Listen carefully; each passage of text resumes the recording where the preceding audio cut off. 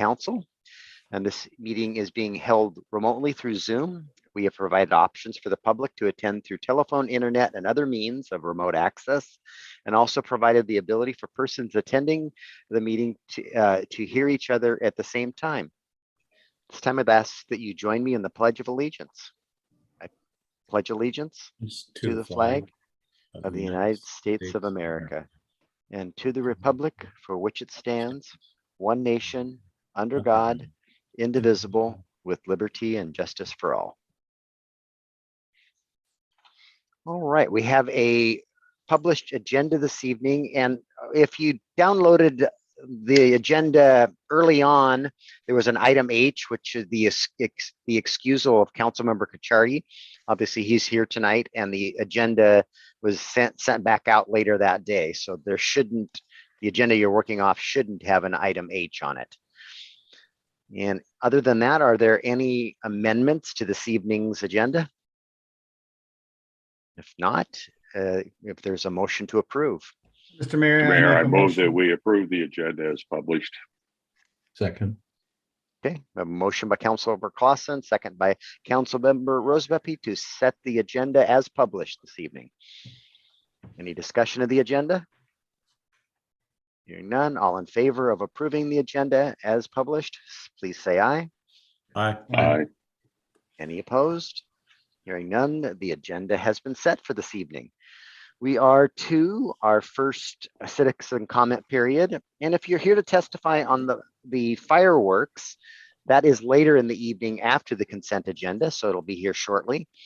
But if you want to test or comment on any items on this evening's agenda, you would be allowed 3 minutes.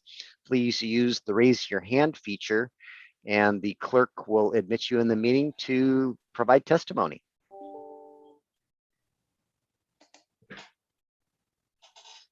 And I see no raised hands, so I'll give it just a moment longer.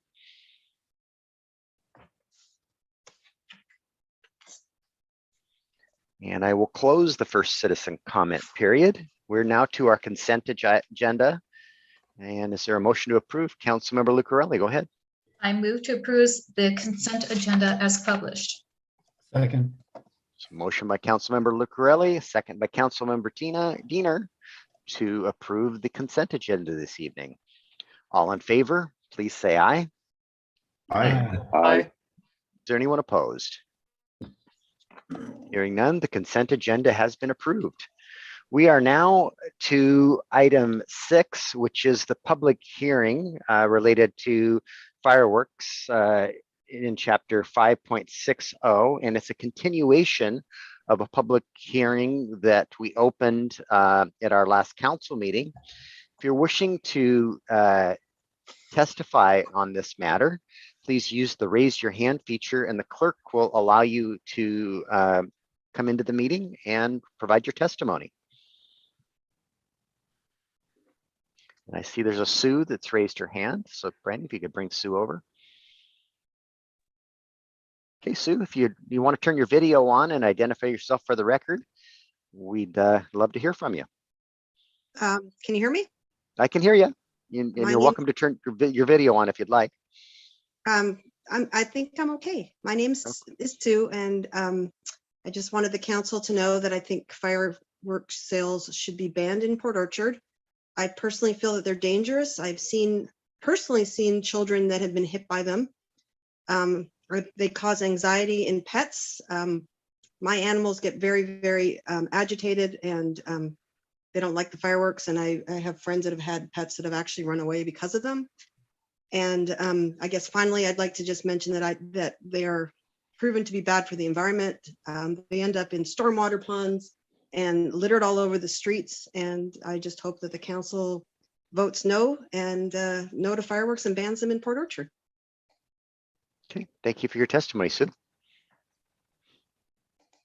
And if anyone else is wishing to testify on this matter, you may use the raise your hand feature, and we'll bring you into the meeting. I see Randy. Want to bring Randy over, Brandy? Okay, Randy, please identify yourself for the record if you could. Hey, City Council, this is Randy. I'm with TNT Fireworks. We have talked multiple times with some of you on the phone, as well as in the last City Council meeting. I want to let you know that I appreciate the opportunity. I appreciate this council and the job that you're doing. I wanted to point out a couple of things that I didn't point out at the last meeting, and just to talk about what Sue had just brought up with the pollution and everything. The fireworks industry is very concerned with the environment. We are very proactive in making as little of trash as possible. In fact, we at TNT Fireworks have reduced our carbon footprint to date by 57.7 metric tons, which actually equates to 66 shipping containers worth of fireworks. And so we are very conscious about the environment. When one of the concerns that has been brought up is microplastics in the water. The current mortars and aerials have no plastic in them. So when they go up in the air, all that's coming down is nothing. It's ash from the expended firework. There is zero plastics in them, so there are no microplastics that are coming down from those fireworks. The only fireworks that are doing that are already currently banned in the state of Washington and can be legally sold only at Indian reservations, and that this ban will not change that because the reservations can make their own rules, which is fine. I totally support them in that. I believe that they have the right to do that. As well as I want to point out that the city of Port Orchard already has an existing ban in place that you might not be aware of. State law says that you can sell fireworks on the 28th at noon through the 5th of July, and you can light said fireworks off starting at noon on the 28th of June. Currently, the city of Port Orchard already has a restriction in place that you can only light those fireworks on the 4th of July, which is more restrictive than the current state law. So I don't see that putting more restrictions is going to change anything because you already have one in place. And fireworks are going off on the 28th, 29th, 30th, 1st, 2nd, 3rd, and 4th. So to ban fireworks on the 4th only hurts the nonprofits that are selling those fireworks. A lot of them directly depend on this revenue to do their programs that are helping youth in the community. They help women's ministries in the community. They help reaching our these less than fortunate people in our community, and banning those fireworks sales would stop that. They would harm them directly. And so I want to touch on safety because like I said, TNT Fireworks is very important. You know, we want to be safe.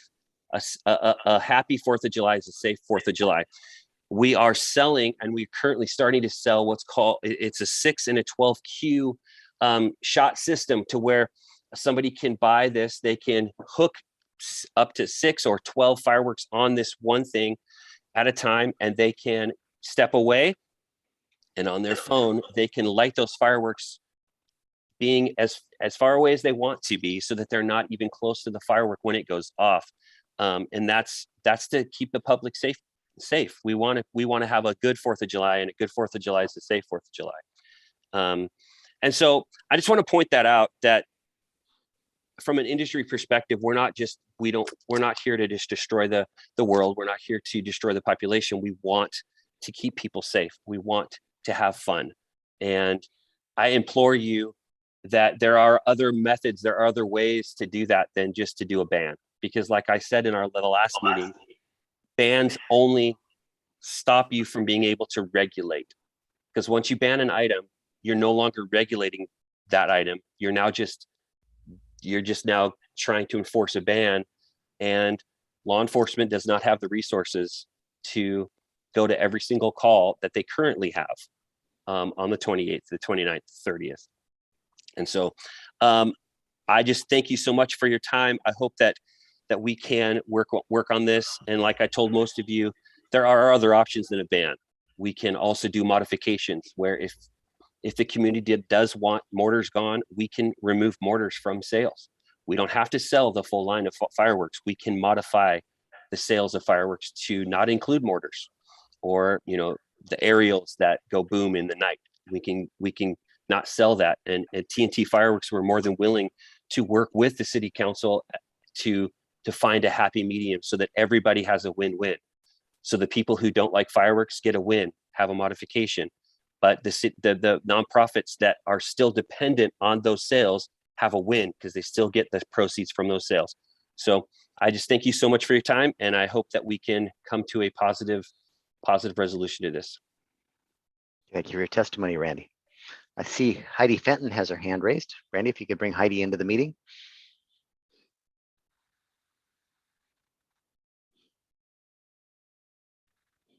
Mute. Hello, can you hear me? Yep. If you could just identify yourself for the record, Heidi. I know who you are, but Yes. Okay, thank you, Heidi Fenton. And I agree too with the last caller, because I think too, you're taking away fundraisers for nonprofit and also other organizations that, that come into the community and they give revenue. And I also talked to the Chief Fawcett a while back ago, and he said there was no problem last year when it came to lighting off the fireworks down here, and the community was safe. There wasn't anything, hazardous with homes or anything. And also him and the police did not go to a public meeting. You went to a work meeting, but the police and Chief Fawcett did not go to a public meeting. And I think that is really important. If you're going to ban fireworks, you need those guys to be a part of a public meeting, not a workforce meeting.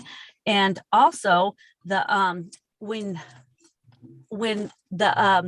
you have stands that are selling fireworks, literally 90% of the revenue is on the 4th of July. It is not before or after. And I think a big problem is the reservation, and people I get the pet problem, but it is the Indian reservation before and after with these big fireworks going on. It is not right when you have the fireworks.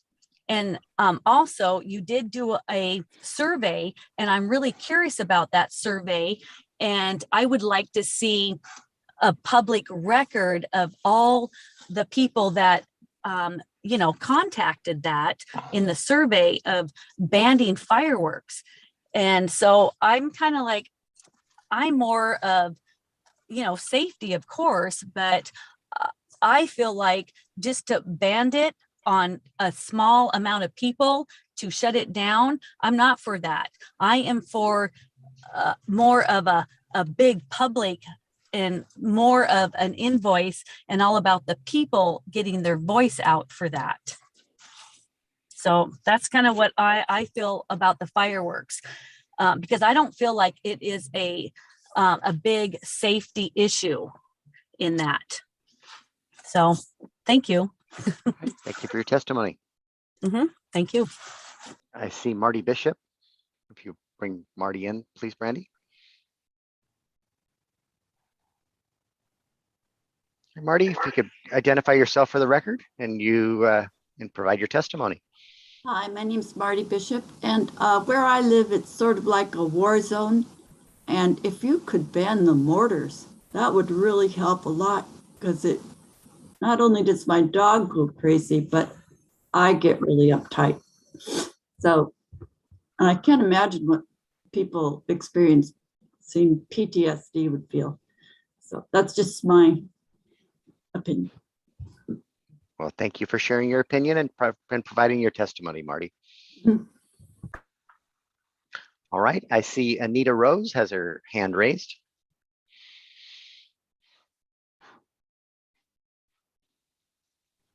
Go ahead and unmute yourself, Anita. Okay. There you go. All Yes. right. Yes, my name is Anita Rose. I live in downtown Port Orchard, and I have two things. One, I would really like to see bike paths. Anita, we're talking about a fireworks ban. That's what the public hearing is about. Oh, I'm so sorry. That's okay. There's a point later in the meeting for citizen comments related to any topic you want to talk to us about. But Okay. if you want to talk to us about fireworks right now, we're here to listen to you. Okay.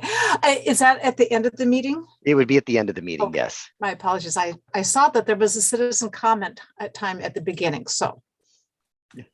Yep. You missed that one, but we have another one at the end of the meeting. Though, okay. Thank you. You're welcome. All right. Do we have anyone else that wishes to provide testimony related to the fireworks ban, potential fireworks ban?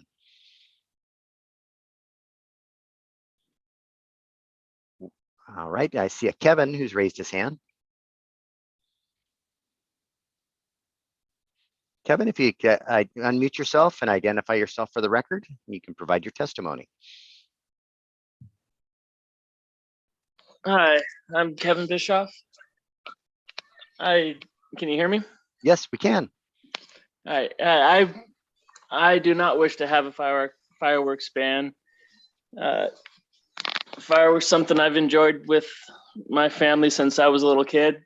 Something that I wish to continue enjoying with my kids as they get older. I've never encountered any safety issues or anything like that. Everyone in my neighborhood's always been responsible of cleaning up their mess afterwards. And I think it's a great time, and you take away fireworks on the 4th of July. I mean, that's half the fun. And it's not going to stop anyone from lighting fireworks off. They'll just go to surrounding counties and places anyways, and just get it from there.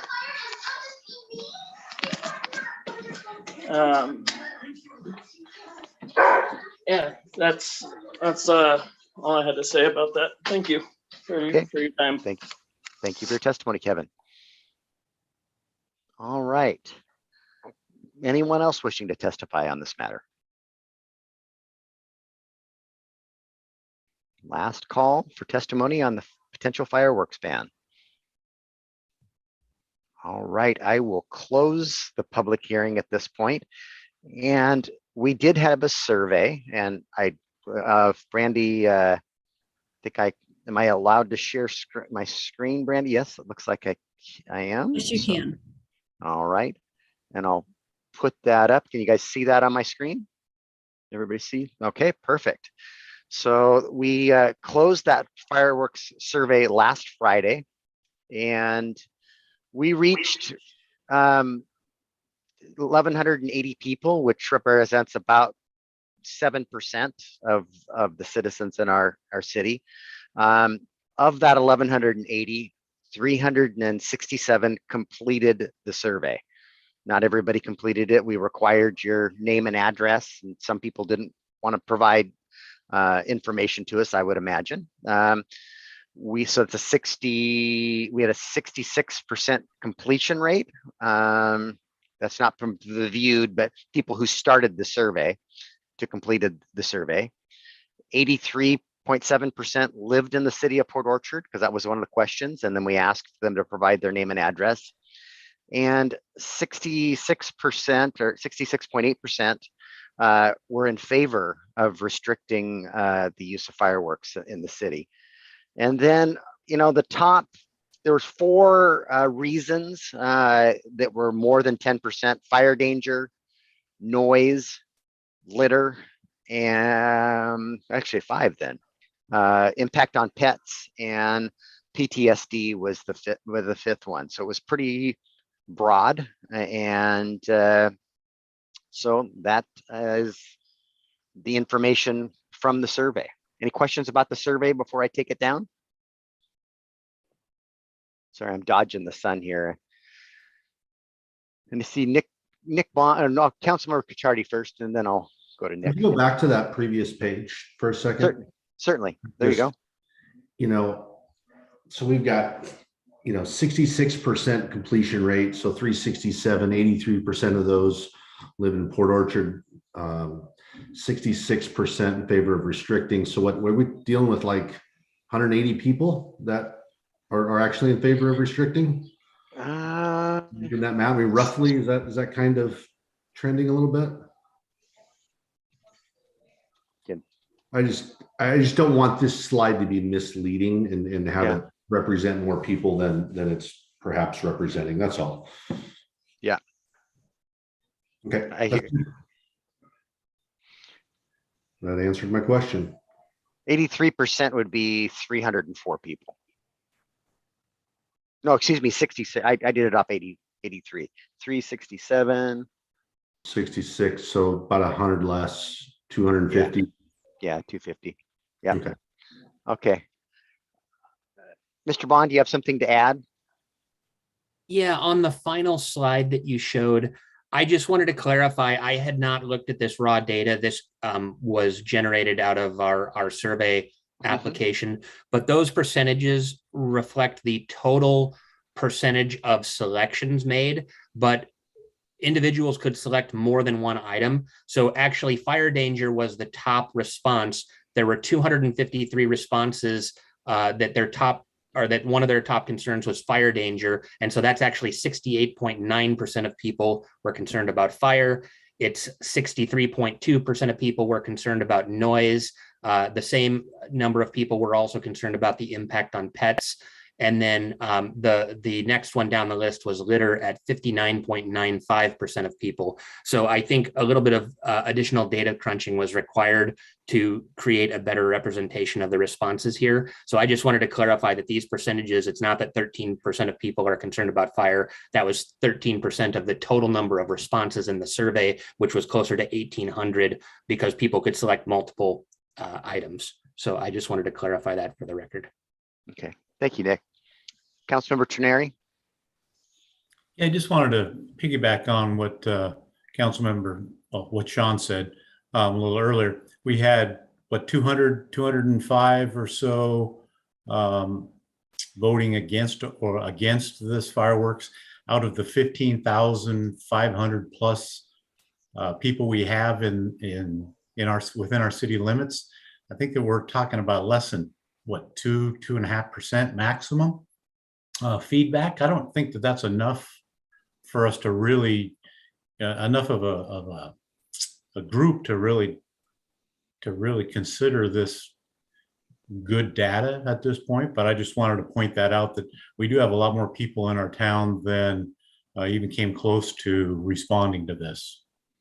Yeah, I appreciate your comment, but it's pretty typical response to surveys when we put them out there. People, unless you're really passionate about something, don't complete our surveys. We do our best to engage with people, but people have got to want to participate. So, Councilmember Diener, you're muted, sir. And when you look at the sample size, it's approximately 5% of the adult population of Port Orchard. So a sample size of 664 out of 13,405 is 5% of the adult population in Port Orchard. Okay.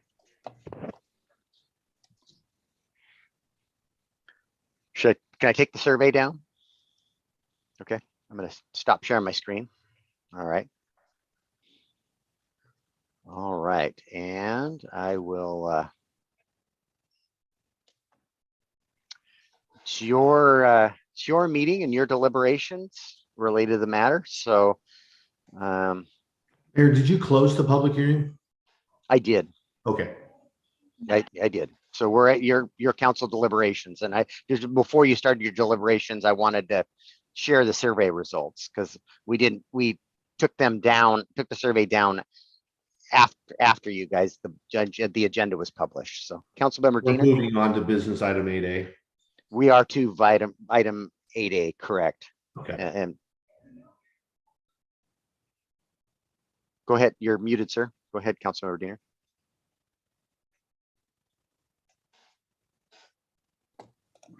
Sorry about that. That was my question is, have we actually opened 8A formally? Normally there's a staff report that's read and. Well, I guess I'm a little, yeah. So with that, we are to our business items. Thank you for that point of order. And 8A is the adoption of an ordinance amending Port Orchard Municipal Codes Chapter 5.6 fireworks, and this is Mr. Bond. And then we'll get to your questions and deliberations. All right, good evening, members of council. The city is considering revisions to the rules and regulations concerning the sale and use of fireworks in the city. Currently, the city allows for fireworks sales and private use of approved fireworks in the city under Port Orchard Municipal Code sections 5.60. The city is not proposing any changes to its policies for public displays, which will continue to occur. On March 22nd, 2022, the city council opened and held and then continued a public hearing on an ordinance that proposed changes to Port Orchard Municipal Code section 5.60. The city council heard public testimony during a public hearing and was provided with all written public comments received by the city. In addition, the city has been soliciting feedback on the issue through an online survey that remained open to the public through April 8th, 2022. And as was just discussed, the survey results have been presented to the city council. And I wanted to mention one of the items in the ordinance. There were some whereas statements where there was room to add additional findings. And so we were waiting for the survey results to close. And so the city council has a couple of options there. I have some draft whereas statements that could be inserted that speak to the findings from that public survey. Or if the city council preferred, you could push this to the April 26th meeting for action, discuss it tonight, but provide guidance on what findings you would like to make in support of the ordinance if you decide to move forward with the ordinance. And then we can bring this back on the 26th. So it's up to the city council. So the recommendation from staff is to discuss the draft ordinance along with all the public feedback received on the topic. Thank you. Okay, thank you, Nick. Councilmember Rosepepe.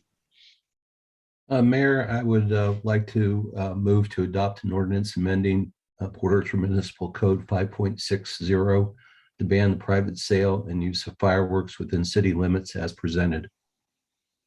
Is there a second? Second. Okay, I have a motion by Councilmember Rosepepe and a second by Councilmember Diener. You, as the motion maker, Councilmember Rosepepe, would you like to speak to this matter first? I would, and I appreciate it. Much like fellow council members, I wish we did get more input. Part of the input I've received anecdotally has been asking people out in town, probably talked to about 20 people, of which I would say 3/4 of them were in favor of banning fireworks. The other thing I'd like to mention, and correct me if I'm wrong, Mayor, is this doesn't take effect for this July 4th season, but would take effect in 2023, July 4th, so that organizations that were raising funds would be able to do it this year and then would have time to find alternate means of raising funds, which is not unusual as rules and regulations change. Thank you. Okay, Councilmember Lucarelli. Yes, as I mentioned a meeting earlier, we haven't defined fireworks. This is kind of a broad generalization of anything that goes boom, I understand. But as in Oregon, the state of Oregon, they have actually listed fireworks, legal fireworks, novelties, and illegal. And I think we should do our homework and actually qualify which fireworks fall under different categories. To ban all fireworks, especially when we don't have any kind of mechanism for enforcement, just doesn't make sense to me. It's making regular citizens turn into culprits, which they are not. I think there are plenty of fireworks and the different novelty varieties that are perfectly safe, and I don't see any reason why they should be lumped together with mortars or cherry bombs, Roman candles that are less safe. I think probably the issue becomes more severe as we have a growth in population, but what we've noticed and we've heard from many people and other areas is that banning something does not really change the behavior of many people, especially when there's no enforcement tool. So this doesn't make sense to me. I'm not in favor of a ban when we haven't actually specified what fireworks really are. So anyway, I think we need to do more homework on this, and that's where I stand right now. Okay. Thank you for your testimony or your comments. Councilmember Cacciardi.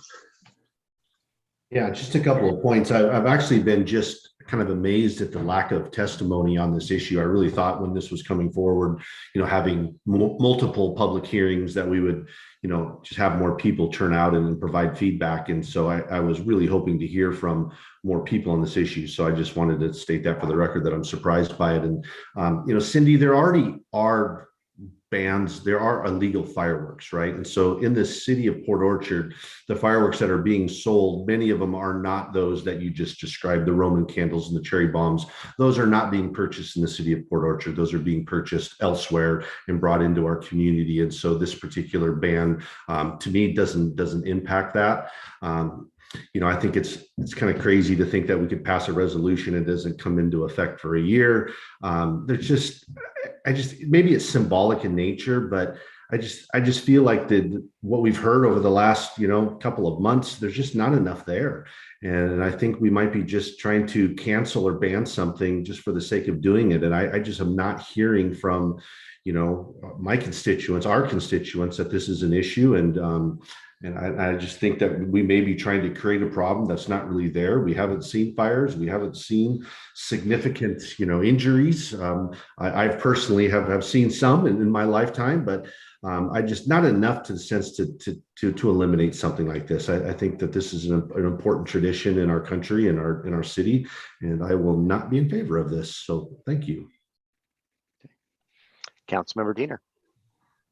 Okay, well, I'll say, first of all, I put a lot of thought into this, and so I've got some scripted words I'm going to read, but I too was also surprised at the lack of participation by the public for something that people feel pretty heavily about on one side or the other.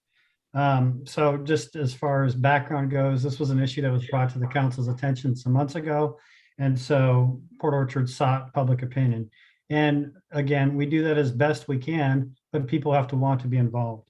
The first thing to note, and this might help clear up maybe some confusion with people, is that this doesn't ban the display of licensed fireworks.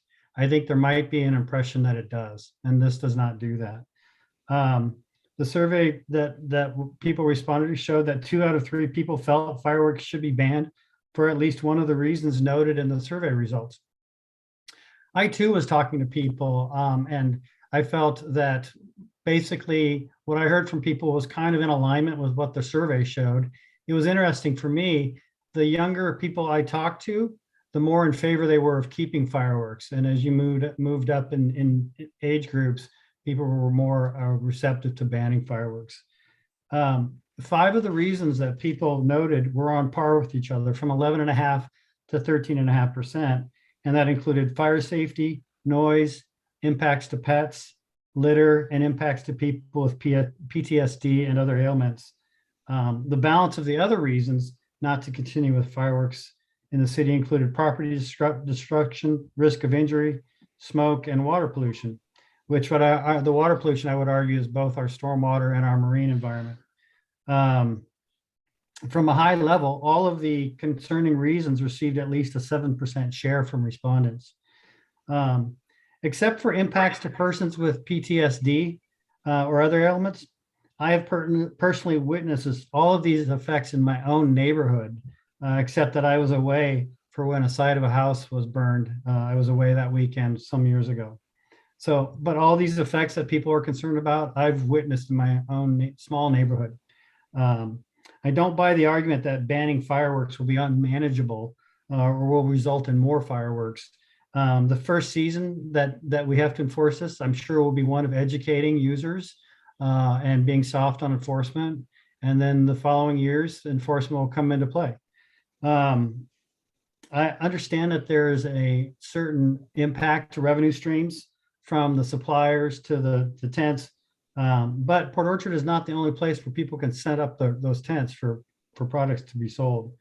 I also feel that the reasons that we've talked about earlier affect more people than the sales do and are more paramount for the public's overall quality of life. And then I got just a couple more things to say. One of them I wasn't going to really talk about, but because people have talked about safety and they felt it's safe, I just wanted to relate a couple stories.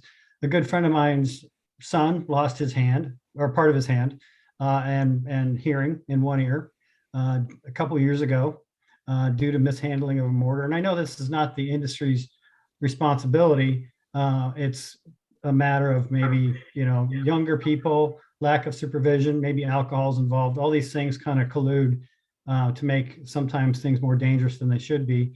And also a few years back, there was a little girl that was out in my neighbor's front yard watching fireworks, and she's wheelchair bound, and a mortar was kicked over and it went up the street and exploded in front of her face. And we were really worried that she was going to lose her eyesight. Fortunately, she didn't, which, thankfully, she already wheelchair bound, and that be blind and wheelchair bound would have been terrible. But so accidents do happen. These things do occur more than we know. My friend's son went to Mary Bridge Hospital, and the doctors absolutely curse out the days around the 4th of July there. Kids come in and they just hate those days. So for me, it's clear that 2 out of 3 people who took the survey felt that one or more of the effects are enough to be considered nuisances that should no longer be allowed in Port Orchard, and I intend to vote that way as well. Thank you. Thank you, Scott. Councilmember Clausen. Yes, I think generally speaking, I'm kind of in Sean's camp. I'm also one that's kind of surprised and a little disappointed in that we haven't heard more from the community, and in the folks that I have talked with, it's been mixed. So I guess at this point, since this isn't going to go into effect this year, and we can go until, what was it, Nick, you said the 26th meeting before we need to make the final decision and make it go into effect for 23. Is that correct? It would actually, Nick was just proposing, if what we have isn't what you want, that we could continue this, but we would actually, for it to go into effect, we just have to take action. You would need to take action prior to July 4th. So it goes into effect 1 year after the fact. I'm not anxious to vote on it right now. If I'm going to vote on it, I'm going to vote against implementing the ban, but I would prefer to just let it. There's been a lot of discussion here. Hopefully that will garner additional folks coming forward and expressing their feeling one way or another. And I guess I would go for, let's just sit on it for right now and deal with it closer to July. Okay, Councilmember Ternary. Yeah, one of my real concerns with this law or implementing any other ban is the enforceability of it. We have regulations for days and times where fireworks are allowed to be set off, and those are not enforced at this point.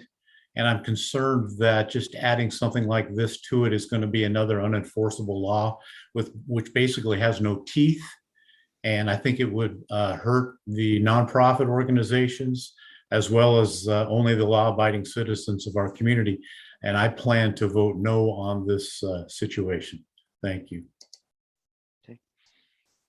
Let's see, going back around here, Councilmember Diener. Well, am I muted?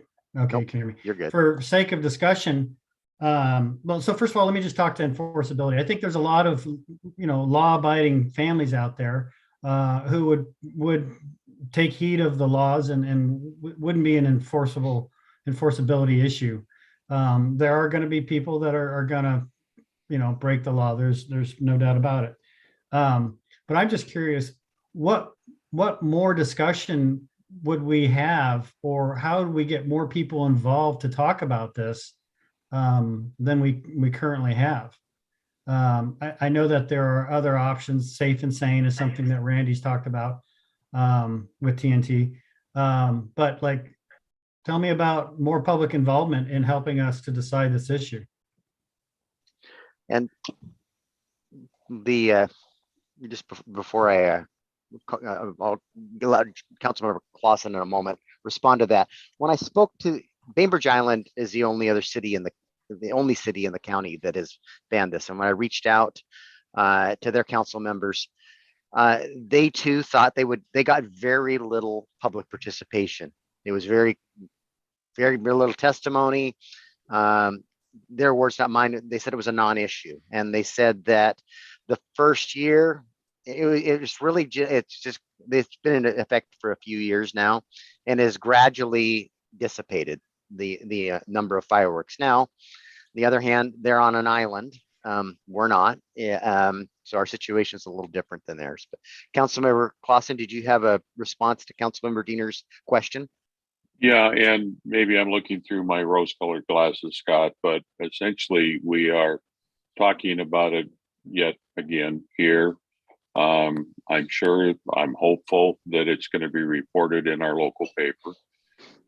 There's actually a motion that has been made that we will, if voted on and the majority support, we're going to ban fireworks. So it's getting it closer to reality in people's mind. And like I say, maybe I'm looking through my rose-colored glasses, but why do we have to vote on it tonight when we have time and just give the community additional time? We may not get any additional comments, but what's it going to hurt to give them yet another opportunity?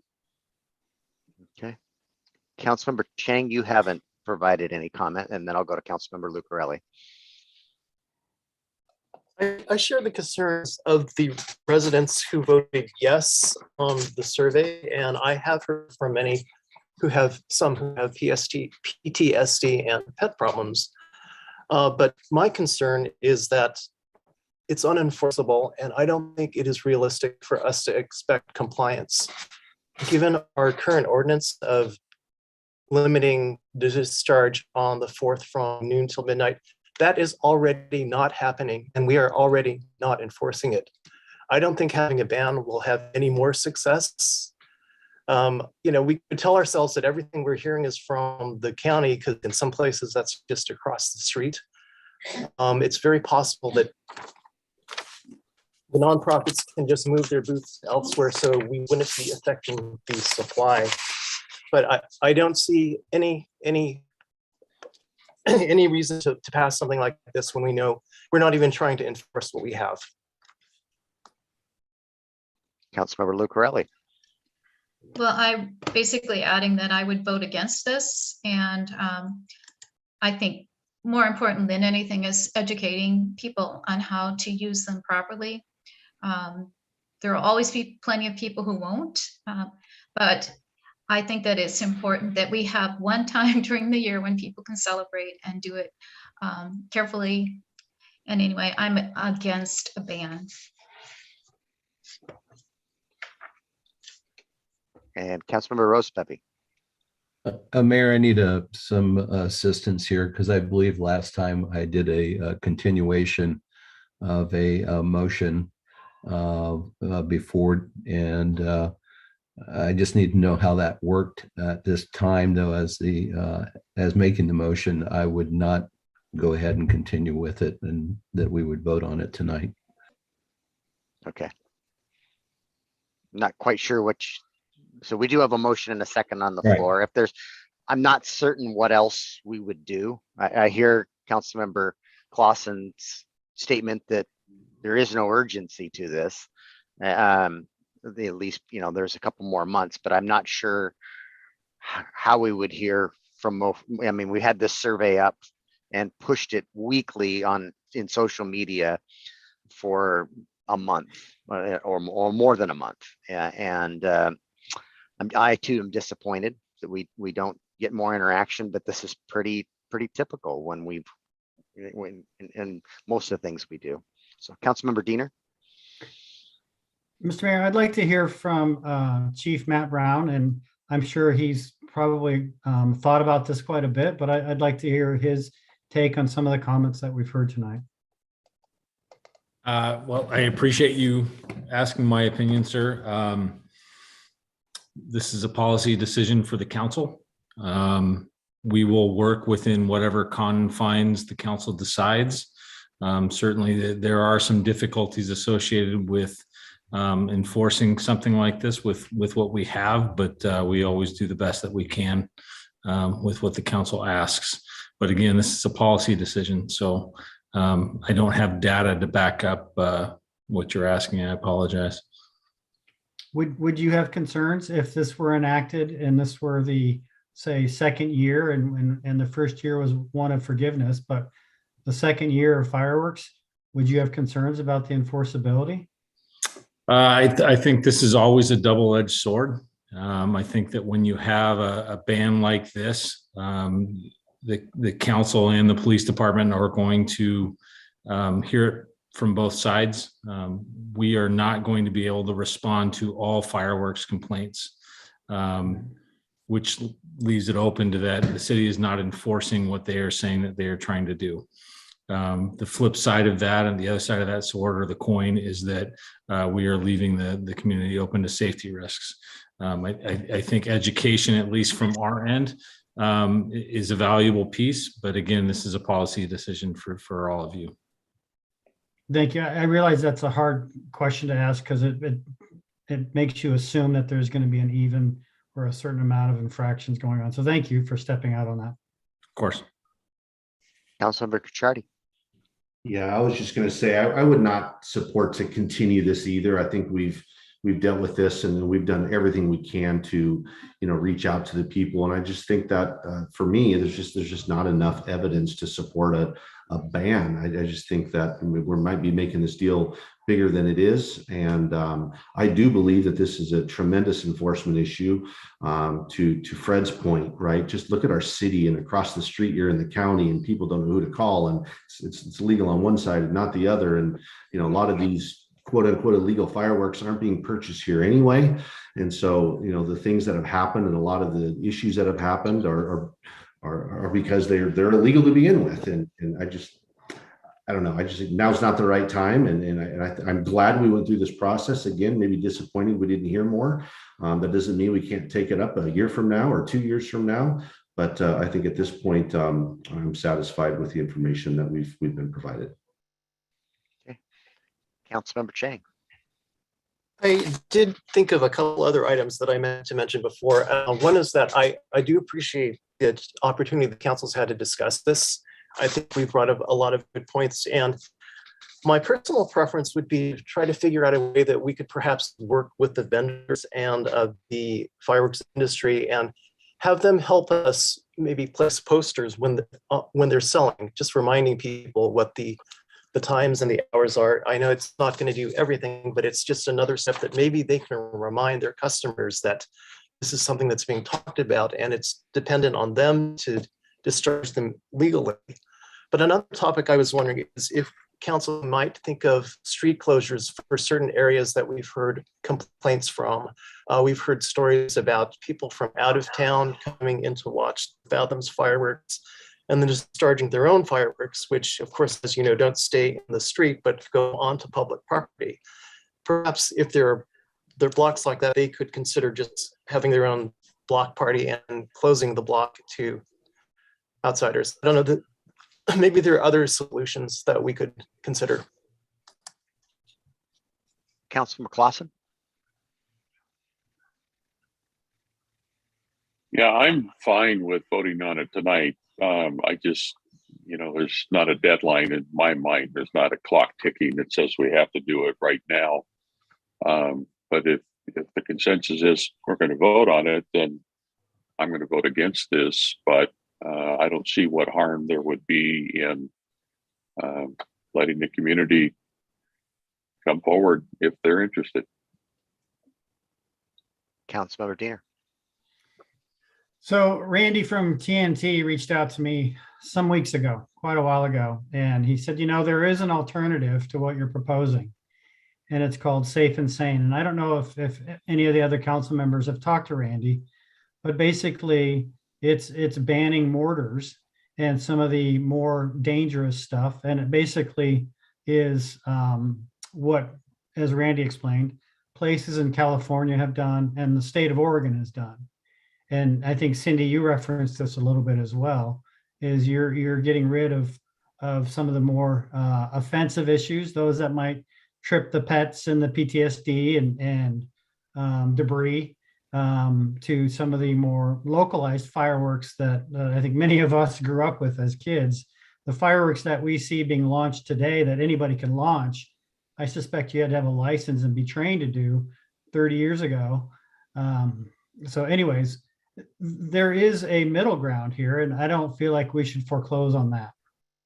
Okay, and I think that's what Nick was alluding to. If what we're seeing here tonight isn't what you want, and there's consensus around something different, then we could bring that back in a week. And we've heard Councilmember Diener now advocate for that. Is Councilmember Lucarelli, do you have any thoughts on that? I did send Brandy and Janine a copy of what Oregon has, and perhaps she could post it if that's something people are interested in. But for the time being, I'm ready to vote if people are ready to vote. Okay, other thoughts on what Councilmember Diener stated? If there aren't any, then I think we're prepared to vote. So the motion before you is to ban the fireworks, and all in favor of, and I know this is going to be a split vote, so if you could say your aye or your nay, and then also raise your hand would be helpful to the clerk and I. So all in favor of the ban, please say aye and raise your hand. Aye. So I have 2 votes, and those not in favor of the ban, please say nay and raise your hand. Nay. Nay. Nay. And that I have 5, so that fails 5-2, or 2-5. All right, we will move on to our second item of business this evening. Get my agenda back up here, and it is item B, adoption of a resolution authorizing the purchase of Kitsap County. And actually this title is incorrect, is it not, Ms. Archer? I'm just going to go ahead and let you read the staff report and correct this item, because it is not listed properly on our agenda. Thank you, Mayor, Council members. As the Mayor alluded to, the item is incorrectly titled on the agenda. And so to clarify for the council and members of the public, the council will be asked to adopt a resolution authorizing the payment of relocation benefits relating to Kitsap County tax parcel number 4027-023-017-0004 for the Bay Street Pedestrian Pathway Project. You are not being asked to authorize the purchase of real property this evening, only the payment of relocation benefits. So the staff report is quite lengthy. I will try to summarize. The city's right-of-way acquisition and relocation consultant, Tierra Right-of-Way Services, in conjunction with the Public Works Department and Mark Dorsey, the Public Works Director, identified the tax parcel that I just listed by number as a necessary acquisition for the Bay Street Pedestrian Pathway Project. In accordance with the relocation regulations that exist, we are subject to both federal and state relocation regulations. Upon extending an offer to purchase real property under the relocation statutes, the owners of said property become displacees or displaced persons in accordance with the relocation statutes. And as of the moment the city extends an offer to purchase real property, those displacees or displaced persons are entitled to relocation benefits. So even before we've bought the property, they are entitled to those relocation benefits. The property's owner has agreed to a voluntary move out of the property while we continue to negotiate for the acquisition, and has submitted claims for relocation benefits under the Uniform Relocation Act and Washington's counterpart, which is in the Revised Code of Washington, as well as in the Washington Administrative Code. Those relocation benefits are titled a personal property only relocation assistance package. And that includes the cost of a self-move, as well as the cost of temporary storage for the items that are housed currently in the property and then will be placed in storage for a 12-month temporary stay until the owners of the property determine the next location or destination for those items. So before you this evening is a resolution authorizing payment of these relocation benefits in the amounts of $8,000 for the storage and $4,440 for the temporary, the moving, the exercise of movement, or excuse me, the moving activity that the individuals will be undertaking on their own, so a self-move essentially. These will be reimbursable costs based on the tariff, and as a result, the property's owners will be paid the $8,000 in reimbursable moving costs once the move occurs, once the property is empty. And then the $4,440 in storage will be paid in 3-month increments once an invoice or a receipt is presented to the city for payment. So all of the expenditures associated with the Bay Street Pedestrian Pathway project have been identified in the project funding estimate and are grant eligible. And so these would be included as those costs. Again, we're not asking for the authorization of the purchase of the property today, but simply 2 portions of relocation benefit payments that are due and owing to the property owners pursuant to the Uniform Relocation Act. And with that, I'm happy to answer any questions. I know it's a complicated one. Okay, Councilmember Diener. Mr. Mayor, move to adopt resolution number 33-22, authorizing relocation benefits payments to the owners of Kitsap County tax parcel number 4027-023-017-0004 for the Bay Street Pedestrian Pathway Project and authorizing the mayor to execute all necessary documents. Second.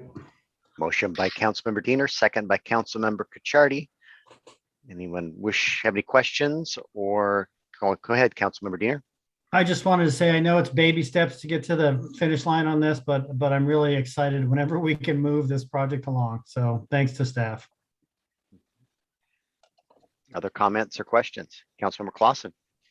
Yeah, I would just say that this is not unusual. In my experience of dealing with right-of-way acquisitions, this is not only pretty common, but in a lot of cases when you're using federal dollars, it's pretty much required of us. So Yes, this is a result of this federalized process. Other comments or questions?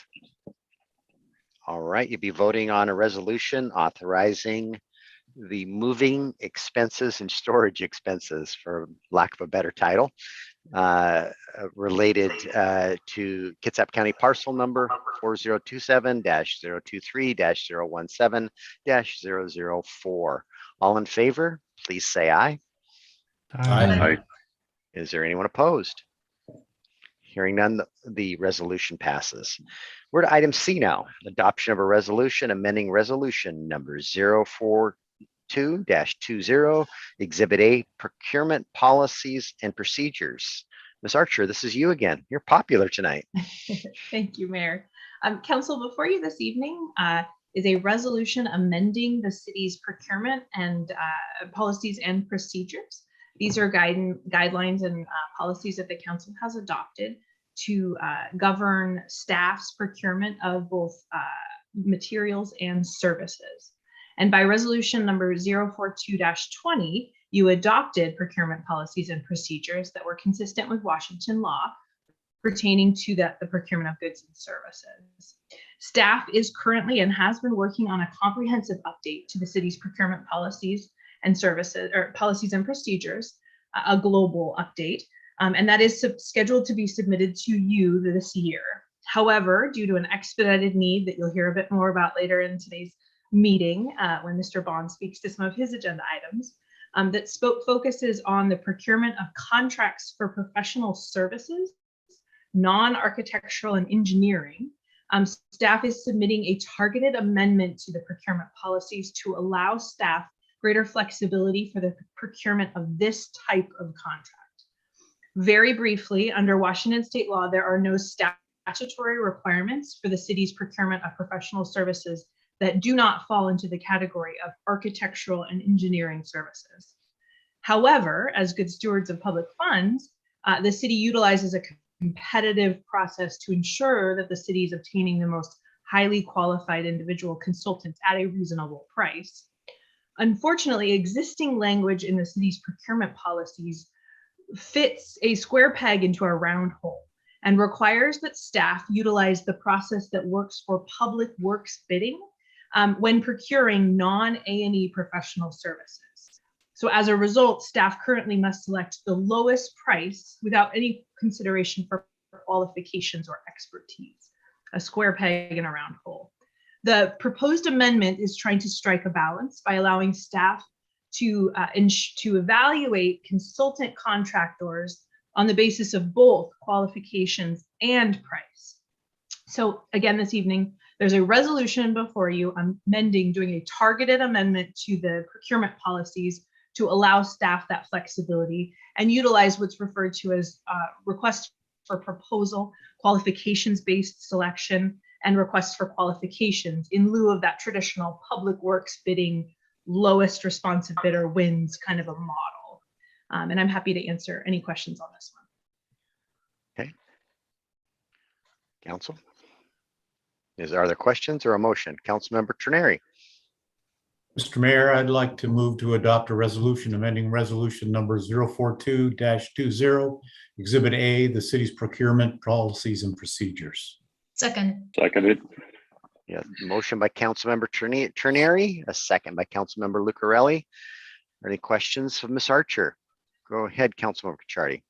Just a comment. I'm really pleased with this language. I mean, we've all seen, oftentimes where the low bidder comes in and they just flat don't have the experience. They don't have the expertise. They didn't even know what they were doing to drop the bid. So I really like that we can trust our staff to ensure that there's, both of these qualifications are being measured, because oftentimes, this is where you run into change orders and problems. And I think it's fantastic. So thank you. Thank you for your comment. Others have comments or questions?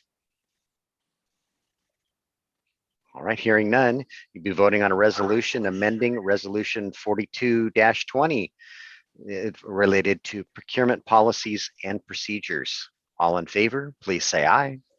Aye. Aye. Is there anyone opposed? Hearing none, the resolution passes. We're to item D, approval of amendment number 6 to contract number 066-20 with Rice Fergus Miller Inc. for the design, development, and construction drawings of the Port Orchard Community Events Center. Mr. Bond? Thank you. The city, in partnership with Kitsap Public Facilities District, is in the design process for a community event center. The city and KPFD executed an amendment to identify this 8-phase project, that's contract 82-19, and to memorialize KPFD's committed funding. Following a qualifications-based selection process consistent with Chapter 3980 RCW and the city's procurement policies, on July 29, 2020, the city executed a professional services contract with the selected firm Rice Fergus Miller Inc. for the project. The city and the consultant executed amendments numbers 1 through 5 to the underlying agreement during 2021 and early 2022. To date, the city and consultant have completed 3 of the 8 phases of this project as funded by KPFD. The proposed contract amendment before the City Council would complete tasks 4 and 5 as referenced in the contract between the city and Kitsap Public Facilities District. Tasks 4 and 5 are described in the agreement as follows. Task 4, prepare 60% design development, cost estimates, and shoreline permitting submittal for $600,000. And then task 5 is shoreline permits, 100% ad-ready construction documents, and complete applications for development for $500,000. And again, those are the tasks that are described in our agreement with the Kitsap Public Facilities District. Rice Fergus Miller has provided a scope of work to be approved as amendment number 6 to contract C66-20, totaling $1,389,500. The scope will complete tasks 4 and 5 under the contract with KPFD, but exceeds the awarded grant amount by $289,500. KPFD has verbally agreed to provide the additional $289,500 needed to complete these 2 tasks. Amendment 3 to the KPFD contract is being drawn up to provide this additional funding. Due to the time and effort involved in these tasks, the city has brought forward the contract with Rice Fergus Miller to resume work on the Community Event Center without delay. Amendment 3 will go to the KPFD board for approval on April 25th, 2022, and will be brought forward to the City Council on April 26th or May 10th, 2022 for approval.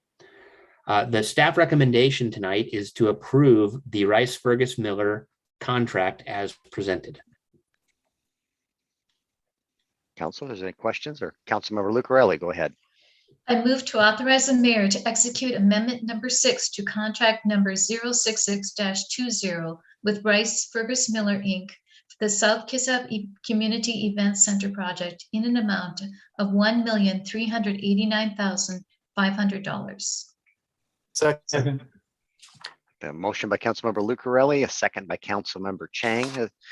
And do you have, as the motion maker, Councilmember Lucarelli, do you have any comments or questions? I don't. Nope. You put your hand down. So Councilmember Clausen, I see your hand raised. Yeah, and I'm afraid this might be just some carryover from my experience of dealing with the federal government. And it always makes me a little concerned to approve an expenditure before we've gotten it approved in the federal government world grant approval. Is there any concern, in your opinion, Mayor, of the PFD having similar kind of concerns that we're committing to an expenditure before they've taken action on? They actually told me to proceed, that there isn't any concern on their part. Another aspect to this amendment too, and we heard Councilmember Lucarelli refer to this, the South Kitsap Community Event Center, and that's what our ILA says. And other than the library district, we really don't seem to have any partners in this, as was initially envisioned. And that amendment to the ILA will also make a name change, as proposed to this event, and call it the Port Orchard Community Event Center. So I've talked to Russ Shiplet a number of times about this. He's directed their attorney to draft the agreement. Our risk is the $280,000. We have a contract and agreement for all but $280,000. We have a contract for $1 million. We just don't have the cost is more than that. Yeah, costs are going up pretty significantly in the world. So there's no indication that he's talked to his board, that it just hasn't made it to their board meeting yet. You've answered my concern, man. Again, it's just a carryover of dealing with the federal government. It's crossing the T and dot and an I. So thank you. Yeah. Yeah. Our risk is about $280,000 if they change their mind. Other comments or questions? Hearing none, you'll be voting on amendment number 6 to contract number 66-20 with Rice Fergus Miller for the design, development, and construction drawings for the Port Orchard Community Event Center. All in favor, please say aye. Aye. Aye. Anybody opposed? Hearing none, the amendment is approved. We're to item E, and this is why Tony put a suit on. Adoption of a resolution approving a contract with Olson and Associates for the engineering service for the demolition and removal of the Sydney Water Tower. Mr. Lang. Thank you, Mayor. Good evening, council members. The city's Public Works Department identified the operational need for the demolition and removal of the Sydney Water Tower, including necessary structural engineering work and the preparation of ad-ready plans, specifications, and estimates, otherwise known as PSNE. Accordingly, on January 13th, 2022, pursuant to RCW 39.04.155 and Chapter 39.80 RCW, the city's Public Works Department established a list of qualified contractors from the 2022 MRSC consultant rosters for the main category engineering services, and subcategory structural engineering by evaluating the statements of qualification on file with MRSC for firms listed on this roster. On January 21st, 2022, the city's Public Works Department solicited project-specific statements of qualification from 5 qualified firms selected from the MRSC roster list. However, the city did not receive any project-specific statements of qualifications by the February 4th, 2022, 2 p.m. deadline, consistent with RCW 39.80.040, RCW 35.23.352, subsection 1, and the city's procurement policies and procedures for the procurement of engineering contracts on February 7th, 2022. Public Works staff determined N.L. Olson and Associates, Inc., an engineering firm listed on the MRSC roster, was the most highly qualified for the project. On February 8th, 2022, city staff met with an N.L. Olson and Associates, Inc. representative to discuss, clarify, negotiate, and develop an understanding of the project and proposed contract terms. On March 8, 2022, the city received a defined scope of work and budget for the project from N.L. Olson and Associates, Inc. in an amount not to exceed $34,000. Staff recommends adoption of resolution number 030-22, thereby approving contract number C047-22 with NL Olson and Associates, Inc. for preparation of ad-ready PS&E documents for the demolition and removal of the city water tower project in an amount not to exceed $34,000 and documenting the professional services procurement procedures. Councilmember Chang.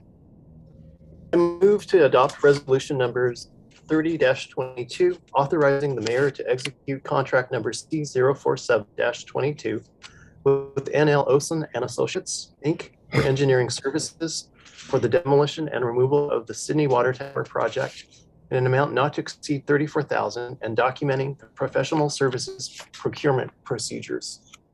Second. Motion by Councilmember Chang, a second by Councilmember Diener. Councilmember Lucarelli, I see your hand raised. Yes, I wish to recuse myself from voting on this because of family employment at NL Olson. Okay, so maybe you mute yourself and maybe turn your camera off. We'll consider you recused. And the process here, this water tower hasn't been in use for nearly 10 years. We went out to bid hoping that someone would, it was a reverse bid process that we previously pursued. And similar to what the Navy does with the aircraft carriers, where maybe you get $1 or $2 for it and somebody comes and removes it for you. And we received one bid north of $600,000, which caused us all to pause. So here we are today. It looks like we're going to we are going to develop specifications and a plan to demolish and then go out to bid, and hopefully we're going to get more bids this time around, and bids that that are more reasonable. Any questions or for myself, Tony, comments? All right, we have a motion and a second on the floor. You'll be voting on a resolution approving a contract with NL Olson and Associates for engineering services for the demolition and removal of the city water tower project. All in favor, please say aye. Aye. Aye. Is there anyone opposed? Hearing none, the resolution passes. Nice job, Tony. All right, Councilmember Lucarelli, you can join us again. We're to item F, approval of an interagency agreement with the Washington State Department of Commerce to adopt a housing action plan. Mr. Bond? Yeah, thank you. The city recently applied for and received a state-funded grant of $75,000 from the Washington State Department of Commerce under the authority granted by Chapter 3940 RCW for the development of a housing action plan. The grant funding is specifically for the development of a housing action plan encouraging the construction of additional affordable and market rate housing in a greater variety of housing types and at prices that are affordable to a greater variety of incomes. The housing action plan will include strategies directed at the for-profit single-family home market and quantify existing and projected housing needs for all income levels, analyze population and employment trends, consider strategies to minimize displacement of low-income residents, and provide for participation and input from community members and stakeholders. The Housing Action Plan will review and evaluate the current housing element adopted under the Growth Management Act, including an evaluation of success in attaining planned housing types and units, achievement of goals and policies, and implementation of the schedule of programs and actions, and be incorporated in the City of Port Orchard's comprehensive plan as part of the 2024 comprehensive plan periodic update. The total project cost estimate submitted by the Department of Community Development as part of the application process was $75,000, excluding city staff time. The awarded grant amount of $75,000 is specifically for the development of the Housing Action Plan and does not require a local match. The staff recommends that the City Council authorize the execution of Washington State Department of Commerce interagency agreement with the City of Port Orchard Growth Management Services through Growth Management Services for the Housing Action Plan implementation grant to adopt a Housing Action Plan. Councilor Diener. Mr. Mayor, I move to authorize the mayor to execute the Washington State Department of Commerce interagency agreement with the City of Port Orchard through Growth Management Services for the Housing Action Plan implementation grant to adopt a housing action plan in the amount of $75,000. Second. Motion by Councilmember Diener, second by Councilmember Clausen. Any questions? Go ahead, Mr. Diener, Councilmember Diener. So question for Nick, have other jurisdictions applied for and received housing action plan grants? Yes, this is the second round of Housing Action Plan grants. And I sat in on a webinar last week and heard from a couple of cities who did prepare these under the last round of funding that was available. And so I've studied probably 10 different cities' documents looking at what I liked and what I didn't like. And so we've already started moving forward with the consultant selection process, and we're aiming to bring a contract with a consultant to you in 2 weeks, but it may slide into May. I would say there's probably 20 or 30 cities that have already prepared these in Washington, and another 20 just got grant funding. And the really important part of this is not just looking at possible barriers to development of housing in Port Orchard, but this is really going to lay the groundwork for our 2024 comprehensive plan, which we're just kicking off. And so there's a lot of useful data and information that gets generated through this process that will feed directly into that work product. Thanks. I think you saw the question I was going to ask about not having to necessarily reinvent the wheel, but speaking for a lot of people and reading about housing costs every other day, there's something dismaying about housing price increases. This is really, really important for the community. And, I worry about my kids being able to buy a house. Yeah. Councilmember Chang, do you have a question? I'm too encouraged by this. And Nick, I had a quick question. Is this restricted only to owner-occupied housing? No, this is going to look at all housing types and look at the city's performance in building everything from rentals to owner-occupied. Thank you. Councilmember Rosepepe. Thank you. I'd just like to again commend staff in all areas for going out for these grants, things that can help us move forward in phases of planning or construction, et cetera. So thank you, Nick, for you and your team. All right. Any last questions or comments? Hearing none, you'll be voting on a resolution. No, we're not. You'll be voting on an interagency agreement with the Washington State Department of Commerce to adopt the Housing Action Plan. All in favor, please say aye. Aye. Aye. Is there anyone opposed? Hearing none, the agreement has been approved. We're at item G, adoption of a resolution accepting the Lodging Tax Advisory Committee's recommendation for additional 2022 funding allocation. Ms. Wallace? Yes, good evening, Mayor, Council. The Lodging Tax Committee met on March 9th, 2022 to reconvene to check the fund balance and determine the city's financial position to allow applicants that were not fully funded an opportunity to receive additional funds, as well as consider any new event applications. At that meeting, staff was directed to open up the lodging tax application process to possibly award additional funds for 2022. On April 7, 2022, the Lodging Tax Committee met and heard presentations from the applicants requesting additional funds, as well as discussing and providing a recommendation before you tonight. The committee discussed the surplus of the funds, the surplus of the request, I can't read this, surplus of the funds support the funding request. Dispersing the additional dollars will help bring in promotion to the city due to not being able to have any the last few years. Approving additional funds show continual support to these events. Supports organizations that have been hit hard with traffic control requirements, and having events downtown is invaluable to our community. So with that, the committee is recommending that the council award Fathoms of Fund for marketing and operations of events $4,018. Port Orchard Bay Street Association for marketing and operations of events, $3,630. The Saints Car Club for marketing and operations of events, $600. Visit Kitsap for tourism marketing of $15,000. The total ask and the request for the council to award is $23,248. I will point out to the council that the fiscal impact a report that we received from the finance director that stated that as of February 1st, 2022, the cash and investment fund balance was $278,296. This does not account for the $100,000 allocation for 2022 funds and any reimbursements that have been claimed thus far. With that, staff recommends that the adoption of the resolution be approved by the council as presented. Councilmember Cacciardi.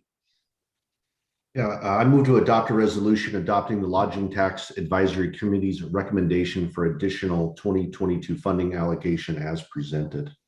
Second. Motion by Councilmember Cacciardi, second by Councilmember Rosapepe. Councilmember Cacciardi, you want to provide any comment? Yeah, just to kind of roll back through time, and Jay, obviously you started this as chair of the Lodging Tax Committee last year.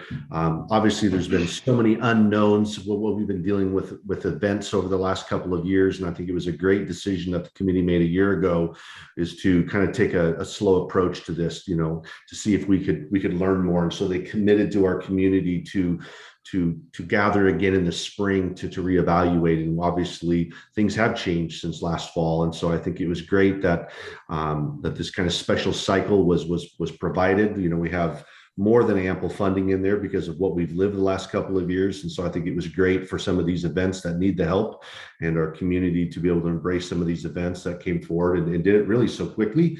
And we can deploy these funds, in advance of the peak festival season. That is, although it snowed today, I think the weather is improving here soon. So it's coming. So I just thank the previous committee and this current committee for taking this type of strategic action. Councilmember Rosapepe. Thank you. I was going to say thank you to Councilmember Cucciardi and to Clerk Wallace for their leadership and keeping the committee going. One thing I would ask is that in the future, we had talked about at some point in time with a healthy balance of holding back additional funds as events are coming open, such as the community center down the road, to start putting some money aside.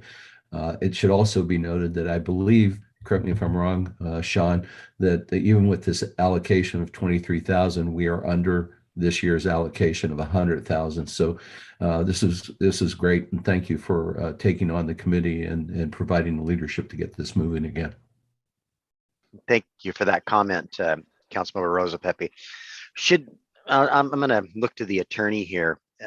Would it be appropriate for us to pass some sort of a resolution as a council to codify our desire to set aside reserves from this for operating expenses related to the community center and I think it would be within the power vested to you for the use of these funds. I think we could explore that and bring something back if the council were interested. yeah, and I'm not thinking a lot of money, but you know, we're in very good times right now, and to set aside a practice of, you know, I don't know what that number is, $20,000-$30,000, you know, and do that for a number of years. And so when the community center opens up, we've got a, you know, some operating money set aside for, because I don't, you know, nobody will know about our event center. So we're likely not going to get a whole bunch of events right out of the gate. You know, it's going to take time to build up that type of activity, and to have some operating reserves for that center, I think would be prudent. So Councilmember Terneri, and then I'll call Councilmember Clausen. Yeah, Mr. Mayor, I'd like to ask and remind the fellow council people that I do sit on the board for the South Kitsap Chamber of Commerce. I noticed Visit Kitsap is on there, and that's something that is ran by the Chamber of Commerce. I had no involvement in working on this grant, but I'm wondering if I should recuse myself from this vote. Is there any desire, since Councilmember Terneri sits on the board, for him to recuse himself from this vote? Well, it's a different organization. It's not this. It's not the Chamber of Commerce board. It's the Visit Kitsap board. It's a different organization. Agreed. So I don't see any conflict whatsoever. No. All right. Thank you. Okay. Councilmember Clausen. Yeah, in your looked at your resolution, and I guess I just would want to make sure that we're aware of the appropriate uses for this fund and how that would be applicable to the community center. That's all. Yeah, I'm confident we can find uses for it that are appropriate within the community center. So Councilmember Kitsap. Yeah, I think John, you just offered up a perfect segue to my next comment. Is through this last round, and I would like a little bit more clarification, just because I've been aware of this process for many years, and we've recently learned, and Brandy, if you want to speak to it a little more, is most communities have been under the impression that these funds are only applicable for nonprofit organizations or municipal entities. And we have recently learned that these funds can be applicable to for-profit organizations. And so, we're going to double check all of that, but to make sure that when we go out in the fall, that we appropriately, just advertise to our community the facts behind this. That's a massive change in direction from what most agencies have been dealing with for years and years and years. So, Brandy, if you wanted to add anything, or Charlie, if you wanted to add anything to that. Yeah, I think that came from a recent training that Brandy went to, and then she shared that slide deck with you, Councilmember Kitsap, that just something we didn't know and we became aware of through one of Brandy's training opportunities. So it's something we can consider differently in future allocations. And I think it would be prudent that maybe before, a month or two ahead of the process for this next year, that the council, maybe we had a work study agenda item where we're talking about that, if we want to have a set aside, and what direction the council, whether the council wants to entertain the for-profit or not. So Sean has some sidebars, but I would say probably before the applications go out, we'd want to have that. Yeah, we should put this on a work study and have that conversation before we go out to the application stage. Yeah, that's true. Okay, any other comments or questions?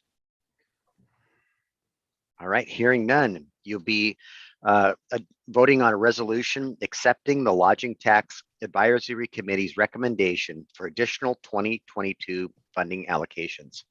All in favor, please say aye. Aye. Is there anyone opposed? Hearing none, the resolution passes. We're to item H, Adoption of a resolution approving amendment number 1 to contract number 74-21 with Codepro LLC for building inspection and plan review services. Mr. Bond, this is you. Yes, thank you. The city entered into contract 074-21 with Codepro LLC on July 13th, 2021. Due to extremely high permitting and inspection volumes, the contract limit of $140,000 is close to exhaustion. The city has another on-call building consultant under contract, but that company does not have available inspectors to assist Port Orchard. The city is contracting with a third consultant to assist with building plan reviews, but that consultant also does not have available inspectors to assist Port Orchard. The city's procurement policies limit personal service contracts to $150,000 without going through a sealed bid process, a process that is not required under state law, but which is written into the city's adopted policies. According to MRSC procurement guidelines, personal services are to be procured through a combination of price and qualifications. The city's sealed bid policy does not allow the city to consider qualifications when selecting a contractor. The city council may, by resolution, waive its procurement policies for this contract amendment and is asked to do so to ensure that the department does not fall behind on building inspections. The city may not be able to fulfill all building inspection requests within a week of request unless this resolution and contract amendment are approved. Codepro was selected in 2021 as from the city's consultant roster and is able to continue providing building inspection and plan review services to the city. Staff recommends approval of a resolution waiving procurement policies and authorizing the mayor to execute Amendment 1 to Contract 074-21 with Codepro LLC. I did want to also add, under the fiscal impact section of the staff report that was in your packet, between 2021 and year-to-date 2022, the revenues related to building permits and plan check fees have exceeded budgeted revenues by $557,000. Thank you. Councilmember Clausen. Mr. Mayor, I move to adopt a resolution waiving the city's procurement policies and authorizing the mayor to execute amendment number 1 to contract 074-21 with Codepro LLC, raising the total contract amount to $350,000. Seconded. I've got a motion by Councilmember Clausen, a second by Councilmember Cacciardi. Any comments or questions on this matter? Councilmember Cacciardi. Yeah, I know we've had this discussion before, but this is to me a level of service that we need to be providing. And so because of just the extreme volume, and you see it here with the permit fee revenues, that this is a great example of us flexing up when we have business volumes that are so much higher than normal to deliver on the timely service that I think we all want to deliver and that our customers of Port Orchard expect. So I'm totally in favor of this. Other comments or questions? You'll be voting on a resolution approving an amendment to contract number 1 to contract number 74-21 with Codepro LLC for building inspection and plan review services. All in favor, please say aye. Aye. Aye. Is there anyone opposed? Hearing none, the approval has been provided. We're to item I now, approval of a contract with Safe Built Consultants for building fire code plan review and building code inspection services. Mr. Bond? Right. This is similar to your last item, but a different company. The city relies on consultants to support the building department for plan review and inspection services of this under the city's building codes. On January 5th, 2022, the city used its consultant roster hosted by MRSC to select a consultant for personal services under a main category of building department services and a subcategory of building inspection services. After reviewing statements of qualification posted on the roster, the city selected Safe Built and requested a scope and a fee structure for building department services. A contract was negotiated for an amount not to exceed $140,000 through the year 2023. The scope provides for a variety of services and the fee structure varies depending on the services provided. The fee schedule is attached to this contract as Exhibit B. It is unlikely the city will reach the contract amount prior to the end of 2023, but given permitting volumes and the city's targets for time periods in which to turn around building permit applications, the contract does provide flexibility to allow the city to maintain levels of service. There is currently a considerable backlog of building permits awaiting review, with more coming in each day. The proposed resolution authorizing approval of a contract includes a limited waiver of procurement policies because a process that included qualifications and price was desired over seeking sealed bids. Using price and qualifications is allowed under state law and is consistent with MRSC guidance, but until earlier tonight was not consistent with the city's adopted policies. Staff recommends approval of a resolution authorizing the mayor to execute a contract with Safe Build as presented. Councilmember Clausen. Mr. Mayor, I move to approve a resolution providing a limited procurement policy waiver and authorizing the mayor Councilmember to Clausen, execute. I think you're on the prior item still. On Safe Build for fire code. Oh, so okay. I'm sorry for the interruption.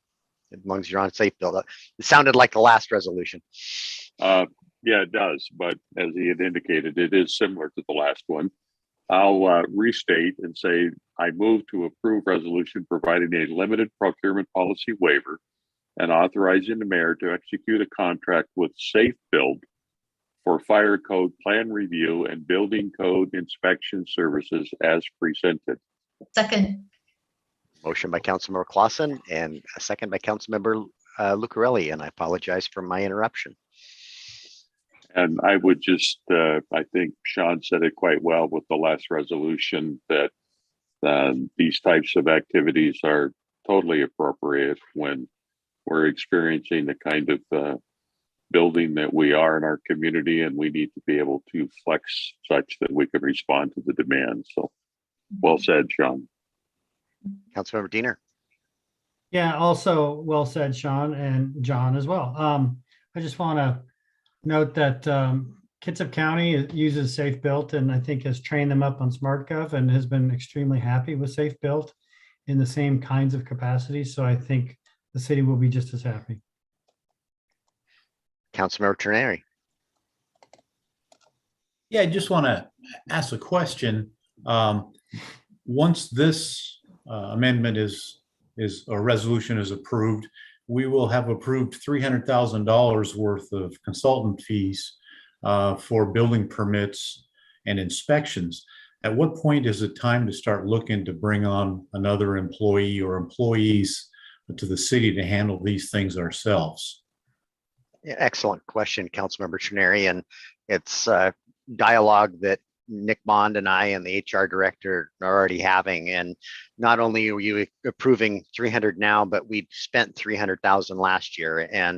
But there's, we've got to figure out where to put this person, what exactly the job, whether it's plan review or is it another inspector, need an automobile for this person. So it's safe to say you will see a request somewhere in this realm in the next biennial budget as we bring that forward, because I don't see things slowing down at all.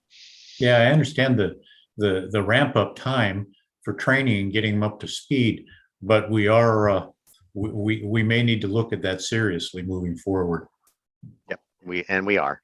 But thank you for the question, Councilmember Cacciardi. I was just going to add to that, Mark. This is something the council has discussed over the last couple of years, and the costs associated with bringing it in-house is actually more significant than one might think. And I think what we've been trying to do is just kind of watch the state of development activity. If there's a slowdown coming at us, in the next 6 months, 12 months, 18 months, it's easier to I guess maneuver away from a consultant than it might be with full-time team members at the city. So this absolutely need to continue to have these dialogues, but just want to let you know that it's something we have been discussing over time. And if I could add to that, I think it's important to realize that until 2 or 3 years ago, the city used its consultant almost exclusively for expedited review or things that were too complex for our lone inspector to take on, just because of time constraints and the fact that we only had one inspector. Over the last 2 to 3 years, this really has been driven by volume. And so our permit revenues are paying for these consultants. We are not collecting an extra fee to offset the cost of having to send this to a consultant. So, and the mayor mentioned the $300,000 we spent last year. It's actually since January 1st, 2021 through about a week ago, we had spent $340,000 on consultants, but part of that time we didn't have our building official on staff, so we were leaning on the consultants quite a bit more. But still, I think we have reached the point where I'm feeling much more comfortable with the idea of an additional FTE in the building department, and we'll be making that request as part of the 2023 budget process. Any other questions or comments? All right, hearing none, we'll be voting on a contract with Safe Built Consultants for building and fire code plan review and building code inspection services. All in favor, please say aye. Aye. Aye. Anyone opposed? Hearing none, the contract has been approved. We're at item J, a memorandum of understanding regarding the National Prescription Opioid Litigation Case number 117 MD 2804, United States District Court. Mr. Archer. Thank you, Mayor, council members. Before you this evening is a proposed memorandum of understanding that would settle the pending opioid litigation as it relates to three of the participants, or excuse me, four of the participants. As the staff report describes, the posture of this case is this. In approximately 2017, you may recall that nationwide, a number of individual actions against opioid producers, or excuse me, manufacturers and distributors were filed across the country. The bulk of those actions were consolidated into the Northern District of Ohio. That was as a result of Ohio being identified as a jurisdiction with the largest impact from the opioid pandemic or opioid problems that the country is facing. As a result of that consolidation, litigation on behalf of public agencies across the nation for the prescription opioid public health crisis continued, and the litigation has fractured in certain ways over its life. Claims against Purdue Pharmaceuticals, for example, are now in bankruptcy. But as part of that litigation, the class action, or the class representatives, who again represent public agencies across the country, have reached a settlement with the few manufacturers and distributors referenced in the staff report. So that includes AmerisourceBergen, Cardinal Health, and McKinnison, as well as manufacturer Johnson & Johnson. The class action settlement, as it relates to these defendants, calls for the city to agree to a memorandum of understanding wherein the city and all public agencies in the state of Washington would agree to the amount of funding that these entities will settle this claim as it relates to residents of Washington for. And the funding would be put into a public health district. There will be 9 public health districts as a result of this proposed settlement. And Kitsap County will be included in one public health district with Clallam and Jefferson County. So the 3 public health, or excuse me, the 3 counties will be combined into one public health district.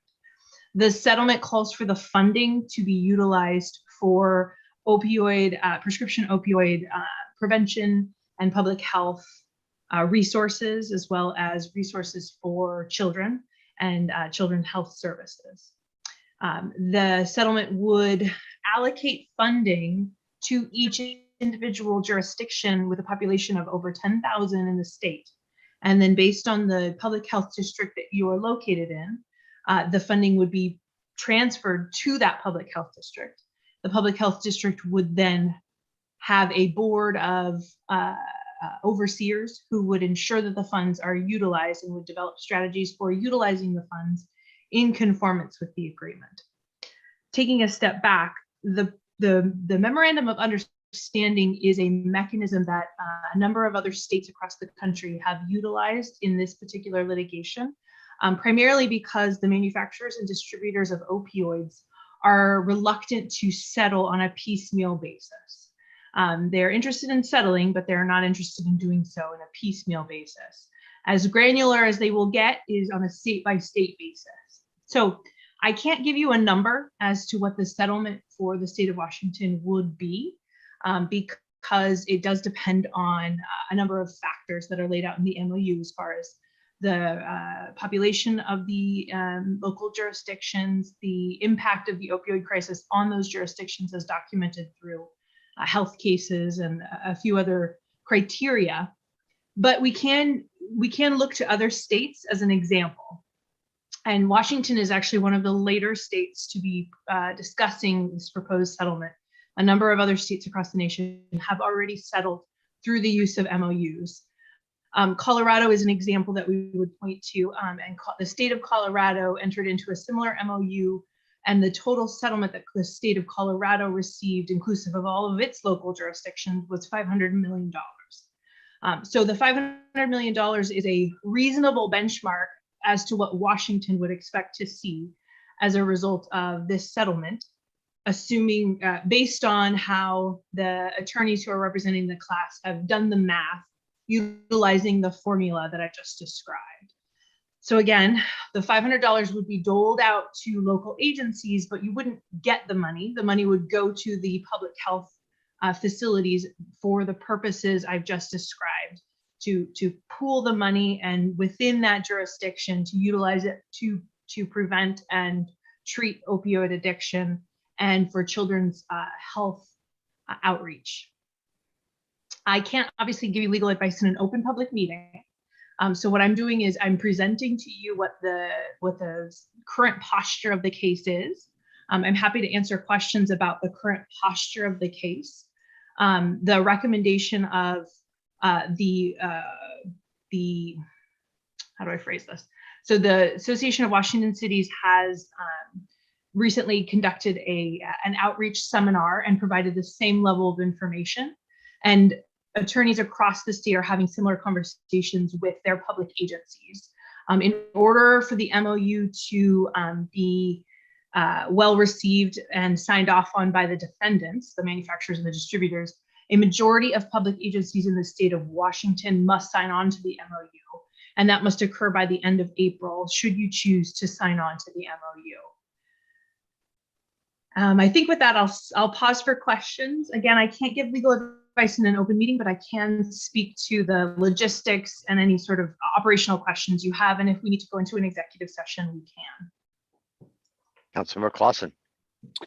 Yes, my question is more related to, as we've heard, our state attorney general has not necessarily joined the crowd on settlements with some of these companies, I guess.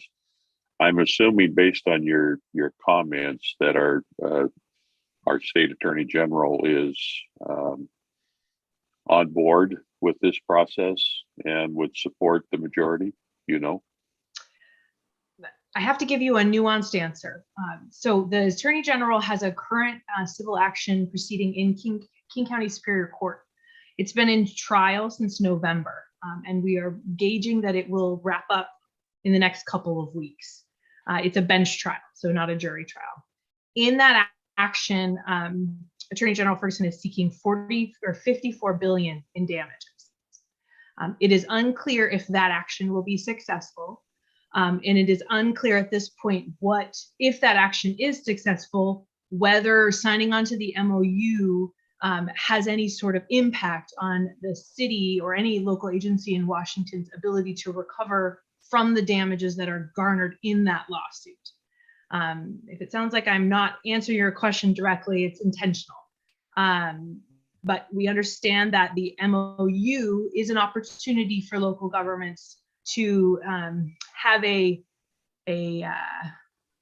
don't want to use the phrase guaranteed payout, but it is a settlement offer that has been extended by the distributors and manufacturers And as long as a majority of agencies in the state of Washington agree to the MOU, then payment on that will occur within the next calendar year or two. Again, Attorney General Ferguson's lawsuit is not yet concluded, and we do not know whether it will be successful. And we do not know what impacts a $54 billion verdict would have on the viability of those organizations.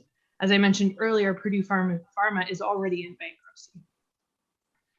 Just a quick follow-up then, you say that if the majority of jurisdictions in the state sign on, does that obligate all of the jurisdictions in the state if the majority, or those who did not sign on are still out on their own? I'm trying to decide if this gets to legal risk or not. My understanding is if the majority of agencies sign on to the MOU, then non-participating agencies that do not sign on to the MOU would not be receiving a payment. Okay, thank you. Under this settlement. Councilmember Diener. Charlie, if you're familiar with some of the other state outcomes, are you able to describe what some of the funding outputs are? Is this just for treatment, or is it broader in scope than that? Do you have a sense for how this money is being used elsewhere? I do, and it's actually prescribed in the settlement. So I want to be very clear.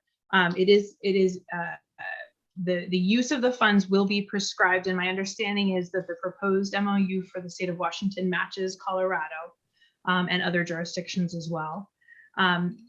Attached to the MOU is an exhibit that lists opioid abatement strategies for which the funding can be utilized. And so the opioid, so those uses include the expansion of available treatment for opioid use disorder and for substance use disorders, support and reimbursement to the American Society for Addiction Medicine for care of opioid abuse disorder, medication treatment, abstinence-based treatment and recovery, the expansion of telehealth to increase that type of treatment for opioid use, improving treatment programs, supporting detoxification programs. And then another category is for support of people who are actually in treatment. Counseling, peer support, housing for folks who are dealing with opioid abuse, community service supports, including social and legal services for folks who are dealing with that, and support stigma reduction efforts regarding treatment. And then, let's see. There's also a proposed section that deals with the criminal justice needs of folks who are dealing with opioid abuse. So supporting pre-arrest and post-arrest diversion and deflection strategies, referral networks, supporting pretrial services and treatment and recovery courts, drug courts, and then addressing the needs of pregnant and parenting women as it relates to neonatal use of opioids, supporting evidence-based research relating to the impact of opioids on fetal development and neonatal development, and then outreach to children and methods to prevent the misuse of opioids, including public education. That's an oversimplification of the very lengthy list of ways this money can be used, but it gives you a general sense of the types of things that the money will be focused on. Again, pooled on a public health district. And I use that term, it's unique to this MOU. It's not the same term that we're familiar with, but the creation of these 9 public health districts. So we can pool those resources for larger groups. Thank you. Very informative. Mm-hmm. Mary, you're unmuted. Thank you. It was my turn to do that. So are you expecting action here this evening from the council on this matter? Well, we have until, as I mentioned, if the council is interested in signing on the MOU, we have until the end of April April 30th. So we do have another council meeting plus a work study if you'd like to discuss this further. I apologize. I intended to send around the MOU this weekend. So we could, if you're interested in reading it in detail, it's very, very lengthy, but I'm happy to send that around if council wants to read it before approving. I've hit the highlights. Yeah, I would recommend we not add it to the work study. It's already quite large, but we can definitely take action the end of the month if that's the desire of the council. Councilmember Pichardi? Yeah, I was gonna say, I'd prefer to at least have a copy of it just to understand kind of what we're signing on and then put it on that last meeting. And obviously we have a deadline, but if we don't have to vote tonight, I would rather maybe learn a little bit more about it. Absolutely. I'd love to read a synopsis of that as well. Yeah. Councilman Clausen? Yeah, Mr. Mayor, I agree. I'd like to get a copy of that. And I think it would be appropriate to also schedule an executive session to discuss it more in length, if you will, at the next council meeting. All right, we'll make that happen. Councilmember Rosa Pepe? Initial impression is very favorable. If there's an executive summary, I'd love to read it. Okay. Hopefully you're not writing that executive summary, Charlie. I will not. There's actually the materials from the presentation that AWC hosted are very comprehensive. So I will circulate this, and then if there are questions, please feel free to reach out to me by phone. Okay. All right. Enough of this matter for this evening. We get on to our last business item. Thank you. All right. We're to item K, approval of a road closure for a special event, the Unforgotten Run to Tahoma. And this is yours, Clerk Wallace. Yes, good evening, Mayor, Council. So city staff received a special event application for the Unforgotten Run to Tahoma event scheduled for Saturday, May 28th, 2022. The application states that the event is the Unforgotten Run to Tahoma. It's a celebration of life, which is a formal processional event. It'll be open to the public at 10 a.m. to about 11:30 a.m. Located at the Kitsap County Administrative Building on Division Street. Proposed road closure would be Division Street between Klein Avenue and Sydney Avenue. Pursuant to Port Orchard Municipal Code 5.94.050 subsection 4, which was recently amended by council, staff shall bring forward the special event application to the city council for approval when the event requires a street or highway closure. In addition, in last year's code revision, the expedited process for applications was removed. And despite staff's effort to communicate this change to historical event organizers, this event organizer was unaware of the change.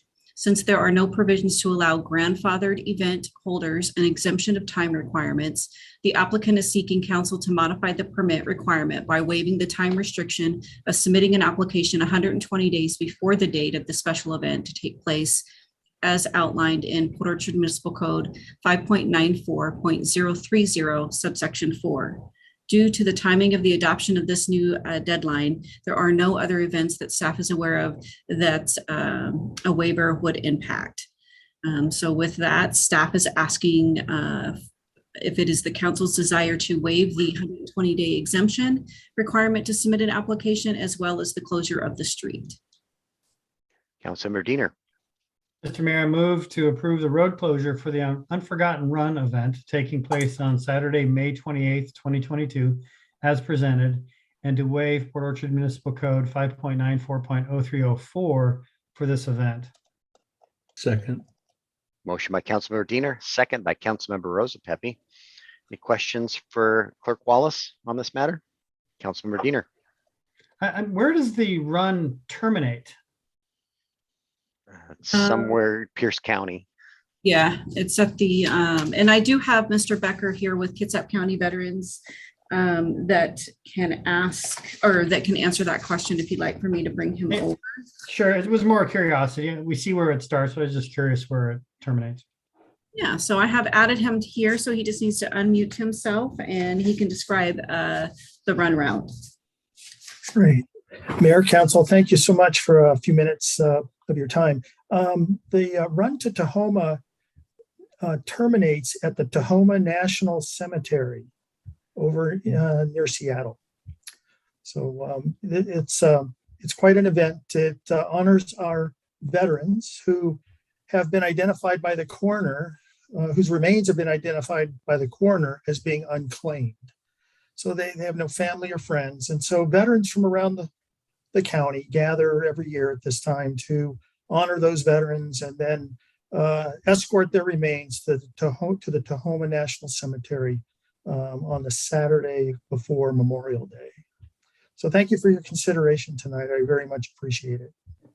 Thank you. Councilmember Chang? I personally see no reason not to support this application, but I am curious what happens when that road division is actually used for a bus line, the number 4, on Saturdays. Are we going to be notifying transit that they have to reroute their bus around division, or? Kitsap Transit has been notified, and we're working with them. Public Works, Police, Kitsap Transit are working with the event organizer to make sure that that transit service isn't disrupted.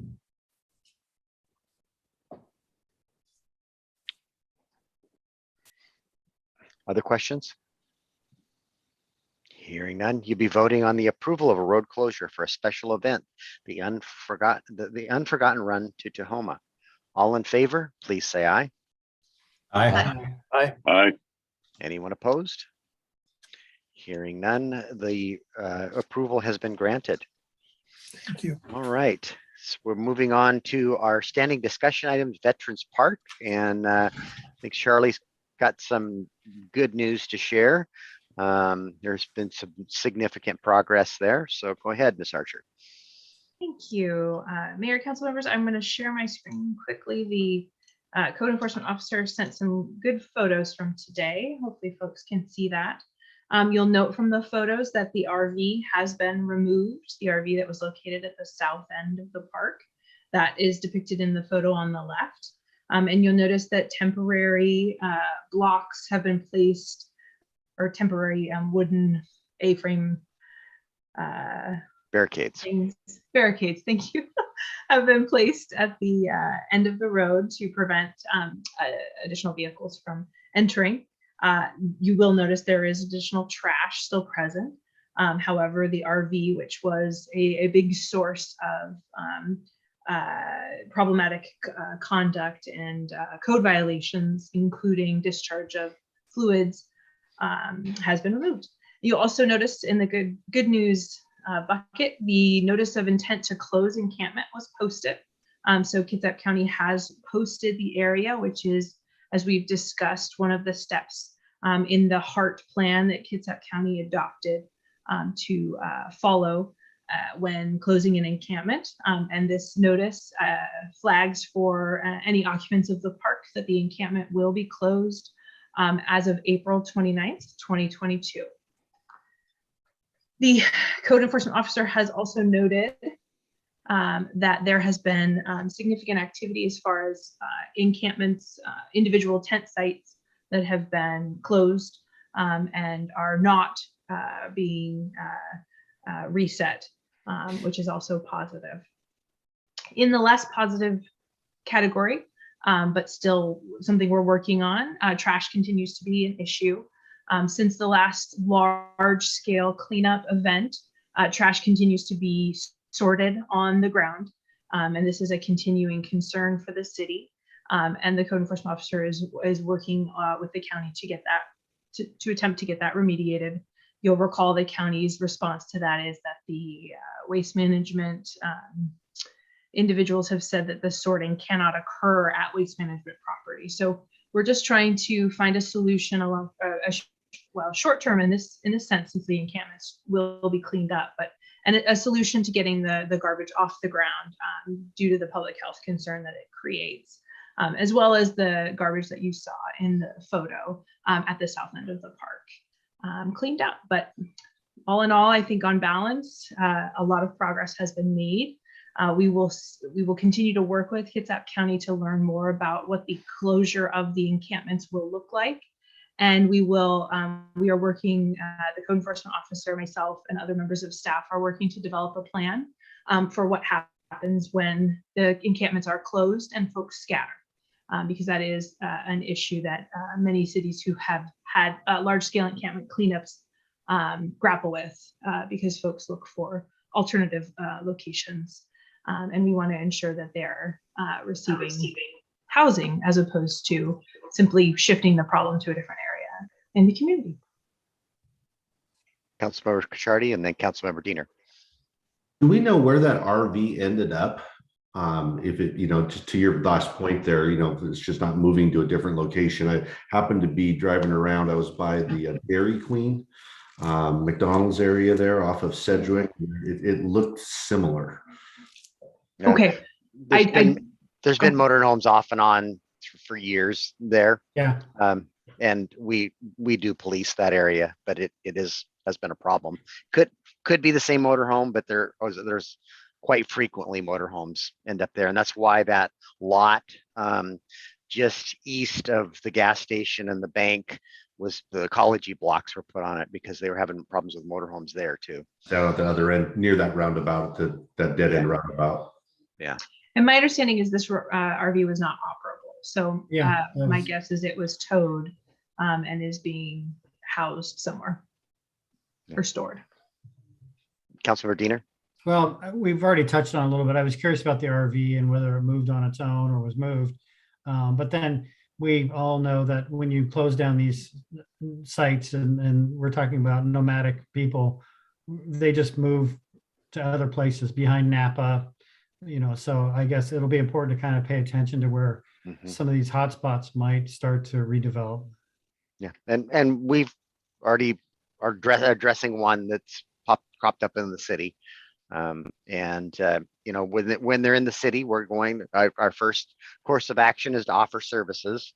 If it's on private property, it's dealt with in one manner, and public property another. So, we're case by case, as they crop up, we'll address these things head on. So, Councilmember Trenary. Yeah, I was just curious, about a month or so at one of our meetings, we were made aware of the north end of the park, the little dead end road up there becoming engulfed with homeless shelter people. Is that being taken care of as well as this south end? If it's within the park, so if you're to the south, from the edge of the roadway to the south in the park, we have authority over. That road itself is a county road and we have no authority over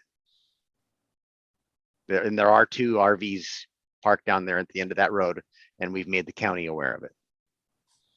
But it is within the county, not within the city. Last time I saw those RVs, they weren't creating the debris field that the other primary RV was, for what it's worth. So that's our update for tonight. There has been progress. It's not everything we want it to be, but there's definitely progress. All right, we're on to committee reports. Economic Development Committee meets on April 18th, at least it's scheduled so far. I'm not certain what they have for agenda items. Utilities was scheduled for tonight and was canceled due to a lack of agenda items. Finance Committee meets next week. Transportation meets on the 26th. Festival as in Chimes and Lights meets on April 18th. Land use, April 20th. Lodging tax, they just met and you awarded everything they asked for. So there's probably not a need for a report there. And sewer advisory is May 18th. So I don't have anything on your committees that you wish to speak to, dates or agenda items. Councilmember Bond, Mr. Bond. Yeah, for the Economic Development Committee, we don't have any agenda items, and I believe that our staff sent the committee members a request for anything that you'd like to discuss. And if you guys can figure that out now, we could potentially cancel that and then get that on the agenda. Okay. I think if you don't get Mr. Bond an agenda item in the next day or two, likely the meeting will just be canceled then. Okay. All right. Moving on, report of the mayor. I got a couple of things here. The community center, we had another survey, and I'll share my screen here again. The one-word survey, I sent this out to all of you, and we had a number of responses. Josh only shared with me his top 10. Some weren't appropriate. People didn't follow instructions. And I think we're going to talk about the community center in next week's work study. It's getting late this evening, so I don't want to belabor this, but the intent was a word that would wrap around the building. And if you looked at this list, I think Bay Street would capture that. Friendship, fellowship, kind-hearted, partnership. And, if we're going to change the event center to the Port Orchard Community Event Center, Port Orchard might be something we want to consider to wrap that corner of the building. So more discussion to happen around this. We don't have to make a decision tonight, but I just want to let you know, we closed the survey. We got a lot of participation on this, and I'm very pleased with the ideas that were presented. So, hey, Rob. Yeah. What if we were to look at if Port Orchard was favored? Could we flip the script a little bit, have that be on the building side as you come into town and see that, or food for thought? We can talk about it later. We can, and I'll talk to the the way the building's oriented, you'll see that community though. And I don't know that you would see it. Unity would be on the side versus the front of the building. And I think unity is the powerful message on the front. So, but we could talk about it. Okay. I've got an idea for a next survey, and this comes from our, let me find it here though. I think this is it. Yep. Can you see my screen with the survey question? Sorry about the size of the font. And we talked about a number of things that need additional resources. And I thought we would launch a survey. The 5 items that I thought I captured from the retreat were traffic and congestion, the condition of our roads, crime, the need for more and better parks and trails, Veterans Park, and should the city seek transfer of Veterans Park from the city. And my thought was to ask what is a citizen's top concern, and based on that answer, if whatever that concern may be, if it's traffic and congestion, it was your answer. And should the city develop a plan to improve your top priority and ask for voter approved funding to solve the problem? And then the last, do you own a business or live in the city of Port Orchard? So I'm just looking for an opportunity to get some feedback from our citizens, what their top concerns. And the Port Orchard Independent did a similar survey. It wasn't as comprehensive as this, but just kind of wanted your thoughts on those ideas. And if there's something I missed, I'd greatly appreciate you, sending me an email, or if you right here if off the top of your head you think I'm missing something, we can talk about it. Councilmember Clausen? Mayor, I think, these are all good ones. I would rephrase that question about ask voters for approved funding. I think it would be more of, if additional funding were required to address them, would you support something of that nature? Okay.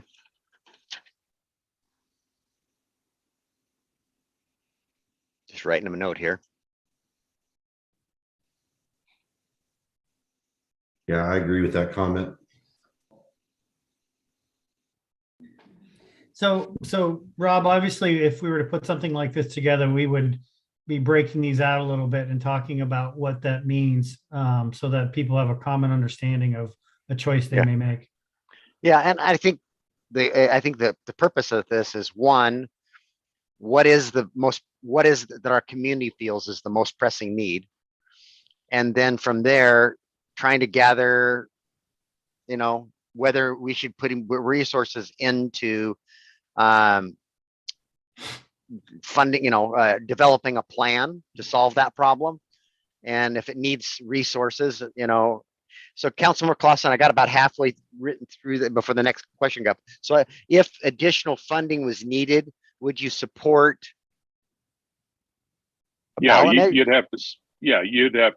Yeah, would you support a request to the community for additional funding, something of that nature? Just, if you put it in absolute, sometimes you're going to sway the answers. I got it now.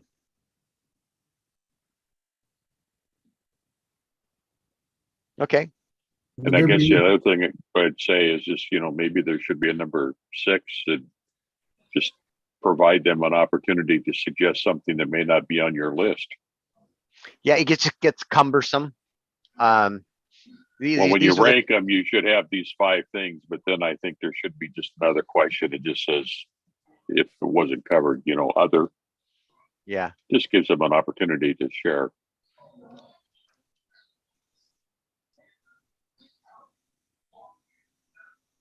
Okay.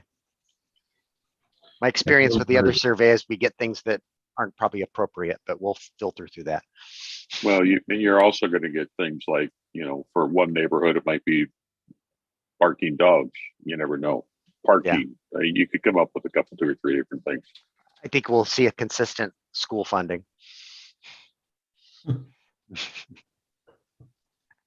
That's what'll get typed in number 6. But Councilmember Terneri. Yeah, we only had about 25% completion responses on the public survey on fireworks. Has anybody given any thought as to why we got such a low completion on that? And if so, I'd be curious to hear what that is. It kind of leads me into the question that I have is, for a survey like this, is it really that important to put in a person's name and or address?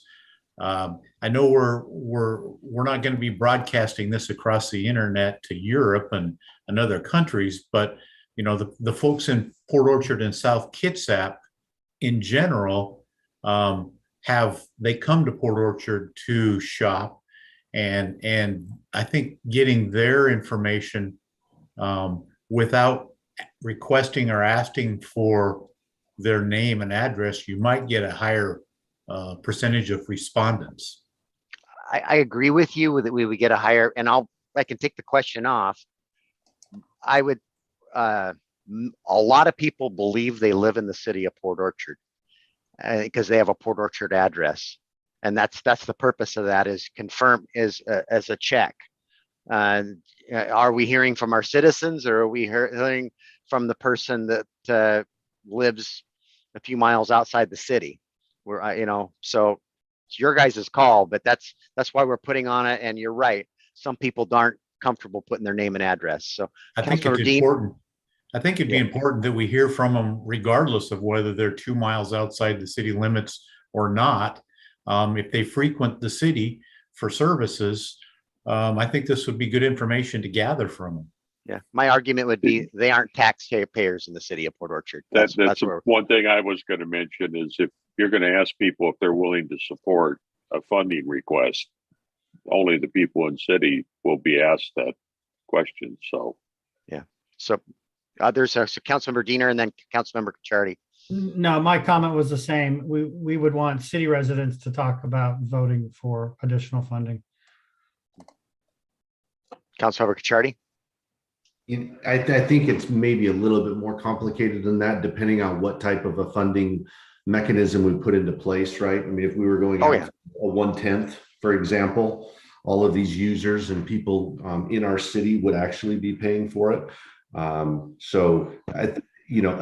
I mean, of course, we're going to listen to our residents first and foremost, but maybe we don't need it at this stage. Get an idea of the users in our city and what they're seeing in our city, and then perhaps we glean additional detail as the survey provides additional data and we provide additional opportunities on what a funding mechanism could even look like. Yeah, every one of these challenges has a different funding source. Yeah. That it comes from. Councilmember Clausen? Yeah, my only comment would be that even with a 1/10 issue, it has to be approved by the citizens of Port Orchard. Yep. Granted, outside of the city will be paying that 1/10 if it got approved. Yep. But to implement the 1/10, it has to be decided by the citizens. Okay. Other comments or questions? So do we want that question? And the name and the address is maybe. Yeah, I think we, okay, most are saying they feel that way. Okay. yeah, you can filter it out depending on what your needs are, but Yeah. to the extent that people are willing to put that information in, that's great. And as we saw in the fireworks survey, some can, we'll let you give your input. We're just gonna, we're gonna count you differently than what we're focused on is our citizens. Didn't Councilmember give Chang? us an idea of number of households. Yeah. Councilmember Chang? The only other thing I'd add is that sometimes it would be nice if we could just look at the survey flow, because it does seem like a lot of people might just stop after the first or second question. Sometimes there's something that, they go, oh, like there was one survey we had where we wanted people to come up with a word of what they thought when they thought of Port Orchard. And instead of giving them a selection of things to pick from, we were asking them to point blank think of something. I remember that I just skipped that part of that survey. So maybe there's something like that we could look at. Your 2 cents to weigh in on the flow of the survey. Yeah, really trying to keep it a data-driven survey versus a free text survey because of it. Just staff has to weed through that data if it's free form. So I think we're trying to. These are just things that came from the retreat, and we can't ask for everything. We don't have really sufficient funding to solve any of these problems effectively if we without potentially some additional resources.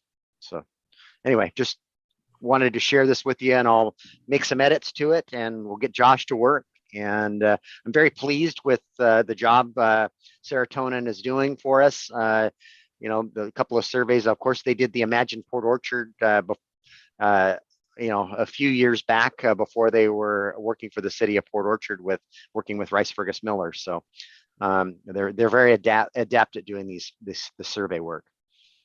So I'm going to stop sharing there and go back to my mayor's report. Oh man, I got one more too. So we've got I'll have to find that. Anyway, we're excited. I'm excited to tell you we received a $650,000 Transportation Improvement Board award for pedestrian improvements by Cedar Heights. And so we'll be doing bike lanes and likely putting that road on a diet there where it's 4 lanes for that short period of time, and lighting and so I'm very excited to report that. I know that most of you liked the garbage can wraps that I sent out to you. Unfortunately, they were $1,600 a piece. I guess vinyl has gone up really a lot in cost. I don't know what else to say. But so we did a much more modest band around there that was in that same theme. It's already been done, and it was about $1,500 for all 4 cans versus $1,600 a can. So you'll be seeing 2 of those down on the pedestrian pathway, one in Rockwell Park and one out at the end by West Bay. That garbage can's consistently overflowing. And then the other 2 garbage cans that overflow almost daily are out in McCormick Village Park by the picnic shelters. So we'll be utilizing these solar trash compactor garbage cans there. Nick and I, it was Mark and I and James Weaver and Port Commissioner Gary Anderson had a meeting last week. When we start construction on the Marina Pump Station and then all of the other projects that are planned thereafter, we're going to significantly change our waterfront. We're planning for a public plaza, and we are going to lose 60 parking stalls right down in front of the marina offices. And eventually some of them will be replaced when the construction is done, but there'll be short-term parking and not, for commuters or for the port liveaboards. So we are, it's likely the port is going to, that is our lease in front of their port office, and their lease is down by the gazebo, but we've traded those parking stalls. And so they're likely, we're going to work on a new ILA, and they're going to be clawing back, their parking and put their tenants down in their parking lot. And, fortunately, Kitsap Transit's working on a park and ride lot.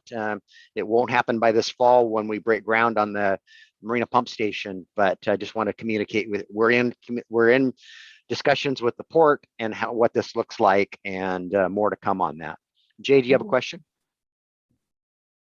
Mayor actually had a comment. Congratulations on that grant for Cedar, the area by Cedar Heights. Could I respectfully request that they look at installing pedestrian lights?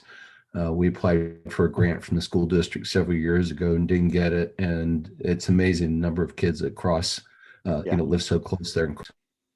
Yeah, and you're referring to the rapid flashing like we have down at Yes, on Bay sir. Street. Yep. Yeah, that is our intent. They are expensive, but that's what we intend. And I thought I saw another hand raised. I was just curious what their overall parking count needs are, the ports. Well, we're taking 40 of those. We're displacing 60 parking stalls down there, and 40 of them roughly are theirs. So we're gonna, they're in kind. They're gonna get theirs back. Okay. What the merchant parking, which is 10 or 12 stalls, and it's prescribed down there and signed. We'll have to talk about that. I don't know that we want to have, we probably want to continue the program and offer it, but it won't be assigned parking stalls for that. It'll probably be just mixed in with the commuter lot. It is moving forward. I think we want to offer that so the businesses, employees have some place to park, but more discussion to happen on that. As I'm required, I'm going to need a few things to report on in personnel policy changes. We recently posted a new job description or a job opening for a mechanic. It was the second mechanic position that was approved in the biennial budget review, and we've in coordination with the Teamsters Union, we've updated that job description and have that job posted. And we recently, we were surprised in the number of candidates that we got for our public works inspector and project manager position. And we've hired someone already. And they're going to come from one of the consultants that we were using for that type of service. So I'm happy to we'll have them on board here in the next couple of weeks, and it's an exciting moment. And we're still targeting the first week in May for the installation of that upgraded audio visual equipment in the council chambers. If all goes as planned, it's possible we could have our first meeting in May in the council chambers, and I'm very, very confident by the end of May we'll be meeting back in the council chambers, having a hybrid meeting. And the Public Health Board and the state passed some legislation this past year to alter the makeup of public health boards. We will have just as many lay people from the community on the board as there are elected officials.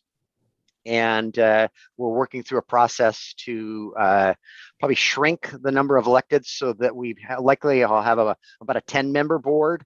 Otherwise, the board would get too large and unmanageable. And where the board's going to shrink is, instead of having 3 county commissioners on the board, we'll only have 1 of the 3 county commissioners, like we do under the Emergency Management Board. And that concludes my mayor's report. And department heads, we only have a few of them left. We'll start with Tony Lang since he's with us tonight. Do you have anything to report? I do not. Thank you. All right. Oh, and I found the garbage cans. Just a second. We're going to pause here for a second and I'll share my screen one more time. Tony got me these pictures. There are too many windows open. So there they are. That's what they look like. And that graphic was on the entire can before, and now it's just the band as you're seeing it. So look for those new garbage cans out there. And then the plan is when these get all beat up, then we'll end up having to wrap the metal surface everywhere, potentially next time. Nice work on that, Tony. That was Tony Lang's work on that. Nick Bond, do you have anything to report? Nothing to report tonight. Okay, Miss Archer, we heard from you a lot tonight. Anything else? No, I think that was plenty. Thank you. All right, and Miss Wallace. I don't have anything to add.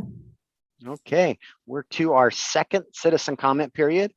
If anybody is stuck it out here this evening, I see Anita Rose has stayed all night and she has her hand raised. So if you could bring Anita over so we can hear from her.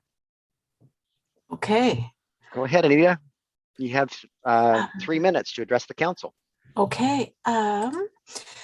Tomorrow, Wednesday, from 1 to 2:30, the League of Women, the Kitsap League of Women Voters is holding a round table with Suquamish Chairman Leonard Forsman, Commissioners Garrido and Gelder, Mayors Joe Dietz, Becky Erickson, and Greg Wheeler, who all graciously accepted our invitation to discuss how the different entities in Kitsap are looking ahead to the effects of climate change in Kitsap County.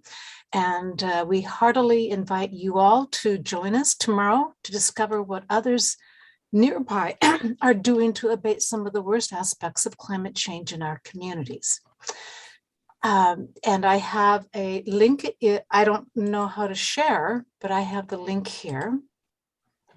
If you're interested, I also put a sign up by the elevator. So there's that you can log into that, but it should be very fascinating, and people were very much on board with that. There's all kinds of ideas going on, so I highly recommend it. And then I live in Port Orchard downtown, and my concern is the lack of bicycle lanes. I have lived in other cities and states, actually countries, where I biked everywhere. I did so safely for decades. But it's dangerous here in Port Orchard to bike.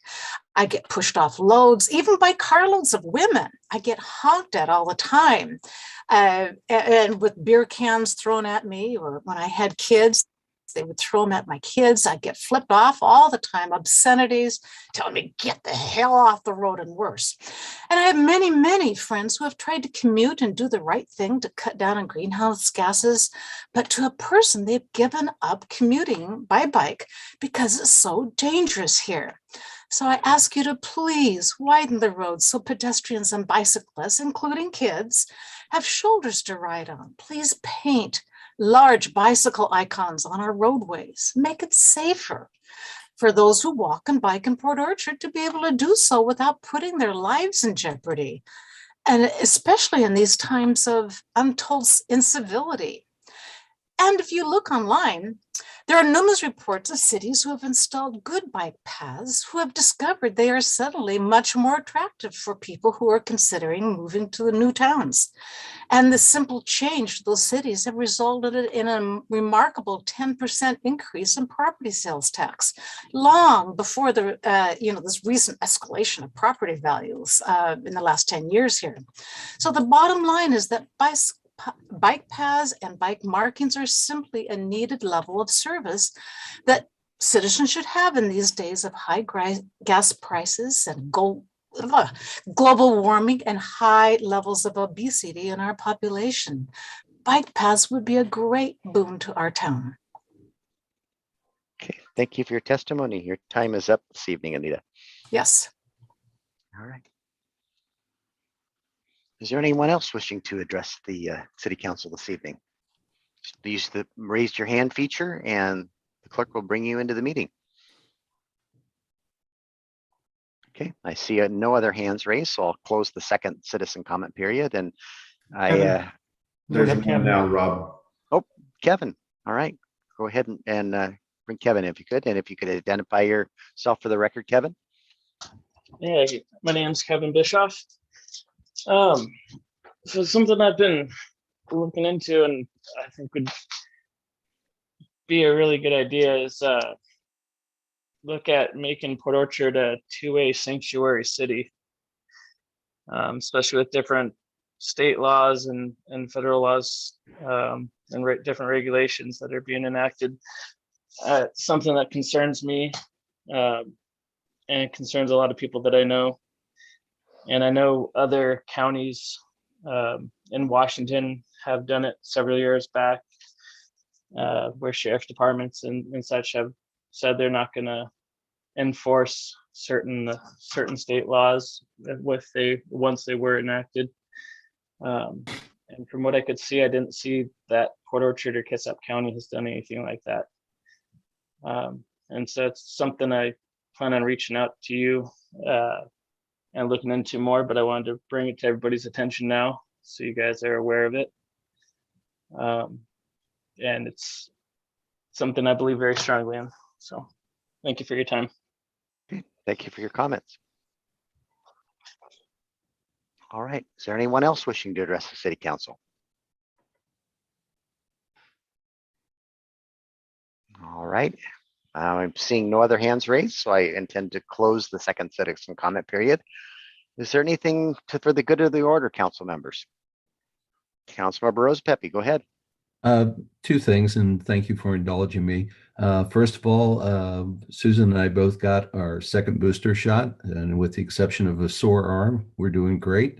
I bring that up only because of the fact that we're seeing an increase in COVID in some of the other neighboring counties. So I would encourage people to get them if you're eligible. Second of all, tonight we had a split vote. The reason I bring this up is the fact is sometimes we're accused of not talking about items in detail, which we did tonight. And I want to thank the council because it was a very civil discussion. And as usual, we work well together. And I applaud my fellow council members for that. Thank you. Thank you, Jay. Councilmember Clausen. Yes, Mr. Mayor, I just would like to request that you had indicated that the agenda for our work study is pretty loaded. So I'm not sure if that's the appropriate place or maybe it could be done in writing, but I'd like to try to get an update on what plans are or what we're doing in regards to repairs to our city streets. I know we recently invested some funds in equipment, and I just would like to see how that's going. Okay. I know that you're seeing a lot of marks out on the road right now, and that's because if we haven't gone out to bid yet, we're out to bid for our for the street paving projects for this plan for this summer. So that's the best I can do at the moment, but I know we intend to spend every dollar that you've authorized. Unfortunately, I'm fearful that the way fuel prices are right now and asphalt's made from fossil fuel, that some of the numbers we might get might be staggering. And so we'll be talking to you about that when we get those the bids for the amount of work we want to get done. Well, we also, I think, bought some equipment to be able to yes. fill in some of the cracks and things of that nature to help preserve yes. the length of pavement we have now. So just kind of an update on what's going on. Yeah, and we have bought that equipment, and there is a work plan for that, but it is summer work, and we'll be doing it this summer. I know for a fact it is. So Transportation Committee, I'm certain we'll get an update, and maybe they can report on that, or Chris can if he's at our council meeting at a future council meeting.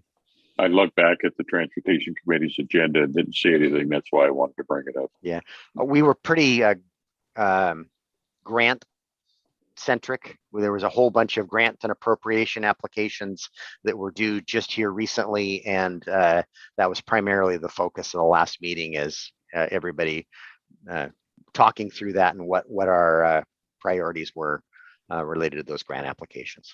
So, but I'm certain that it'll be a topic of conversation at a future Transportation Committee meeting and here. So Councilmember Lucarelli, you have something for the good of the order? Very quickly, I just wanted to commend you on the street trees that have been planted recently.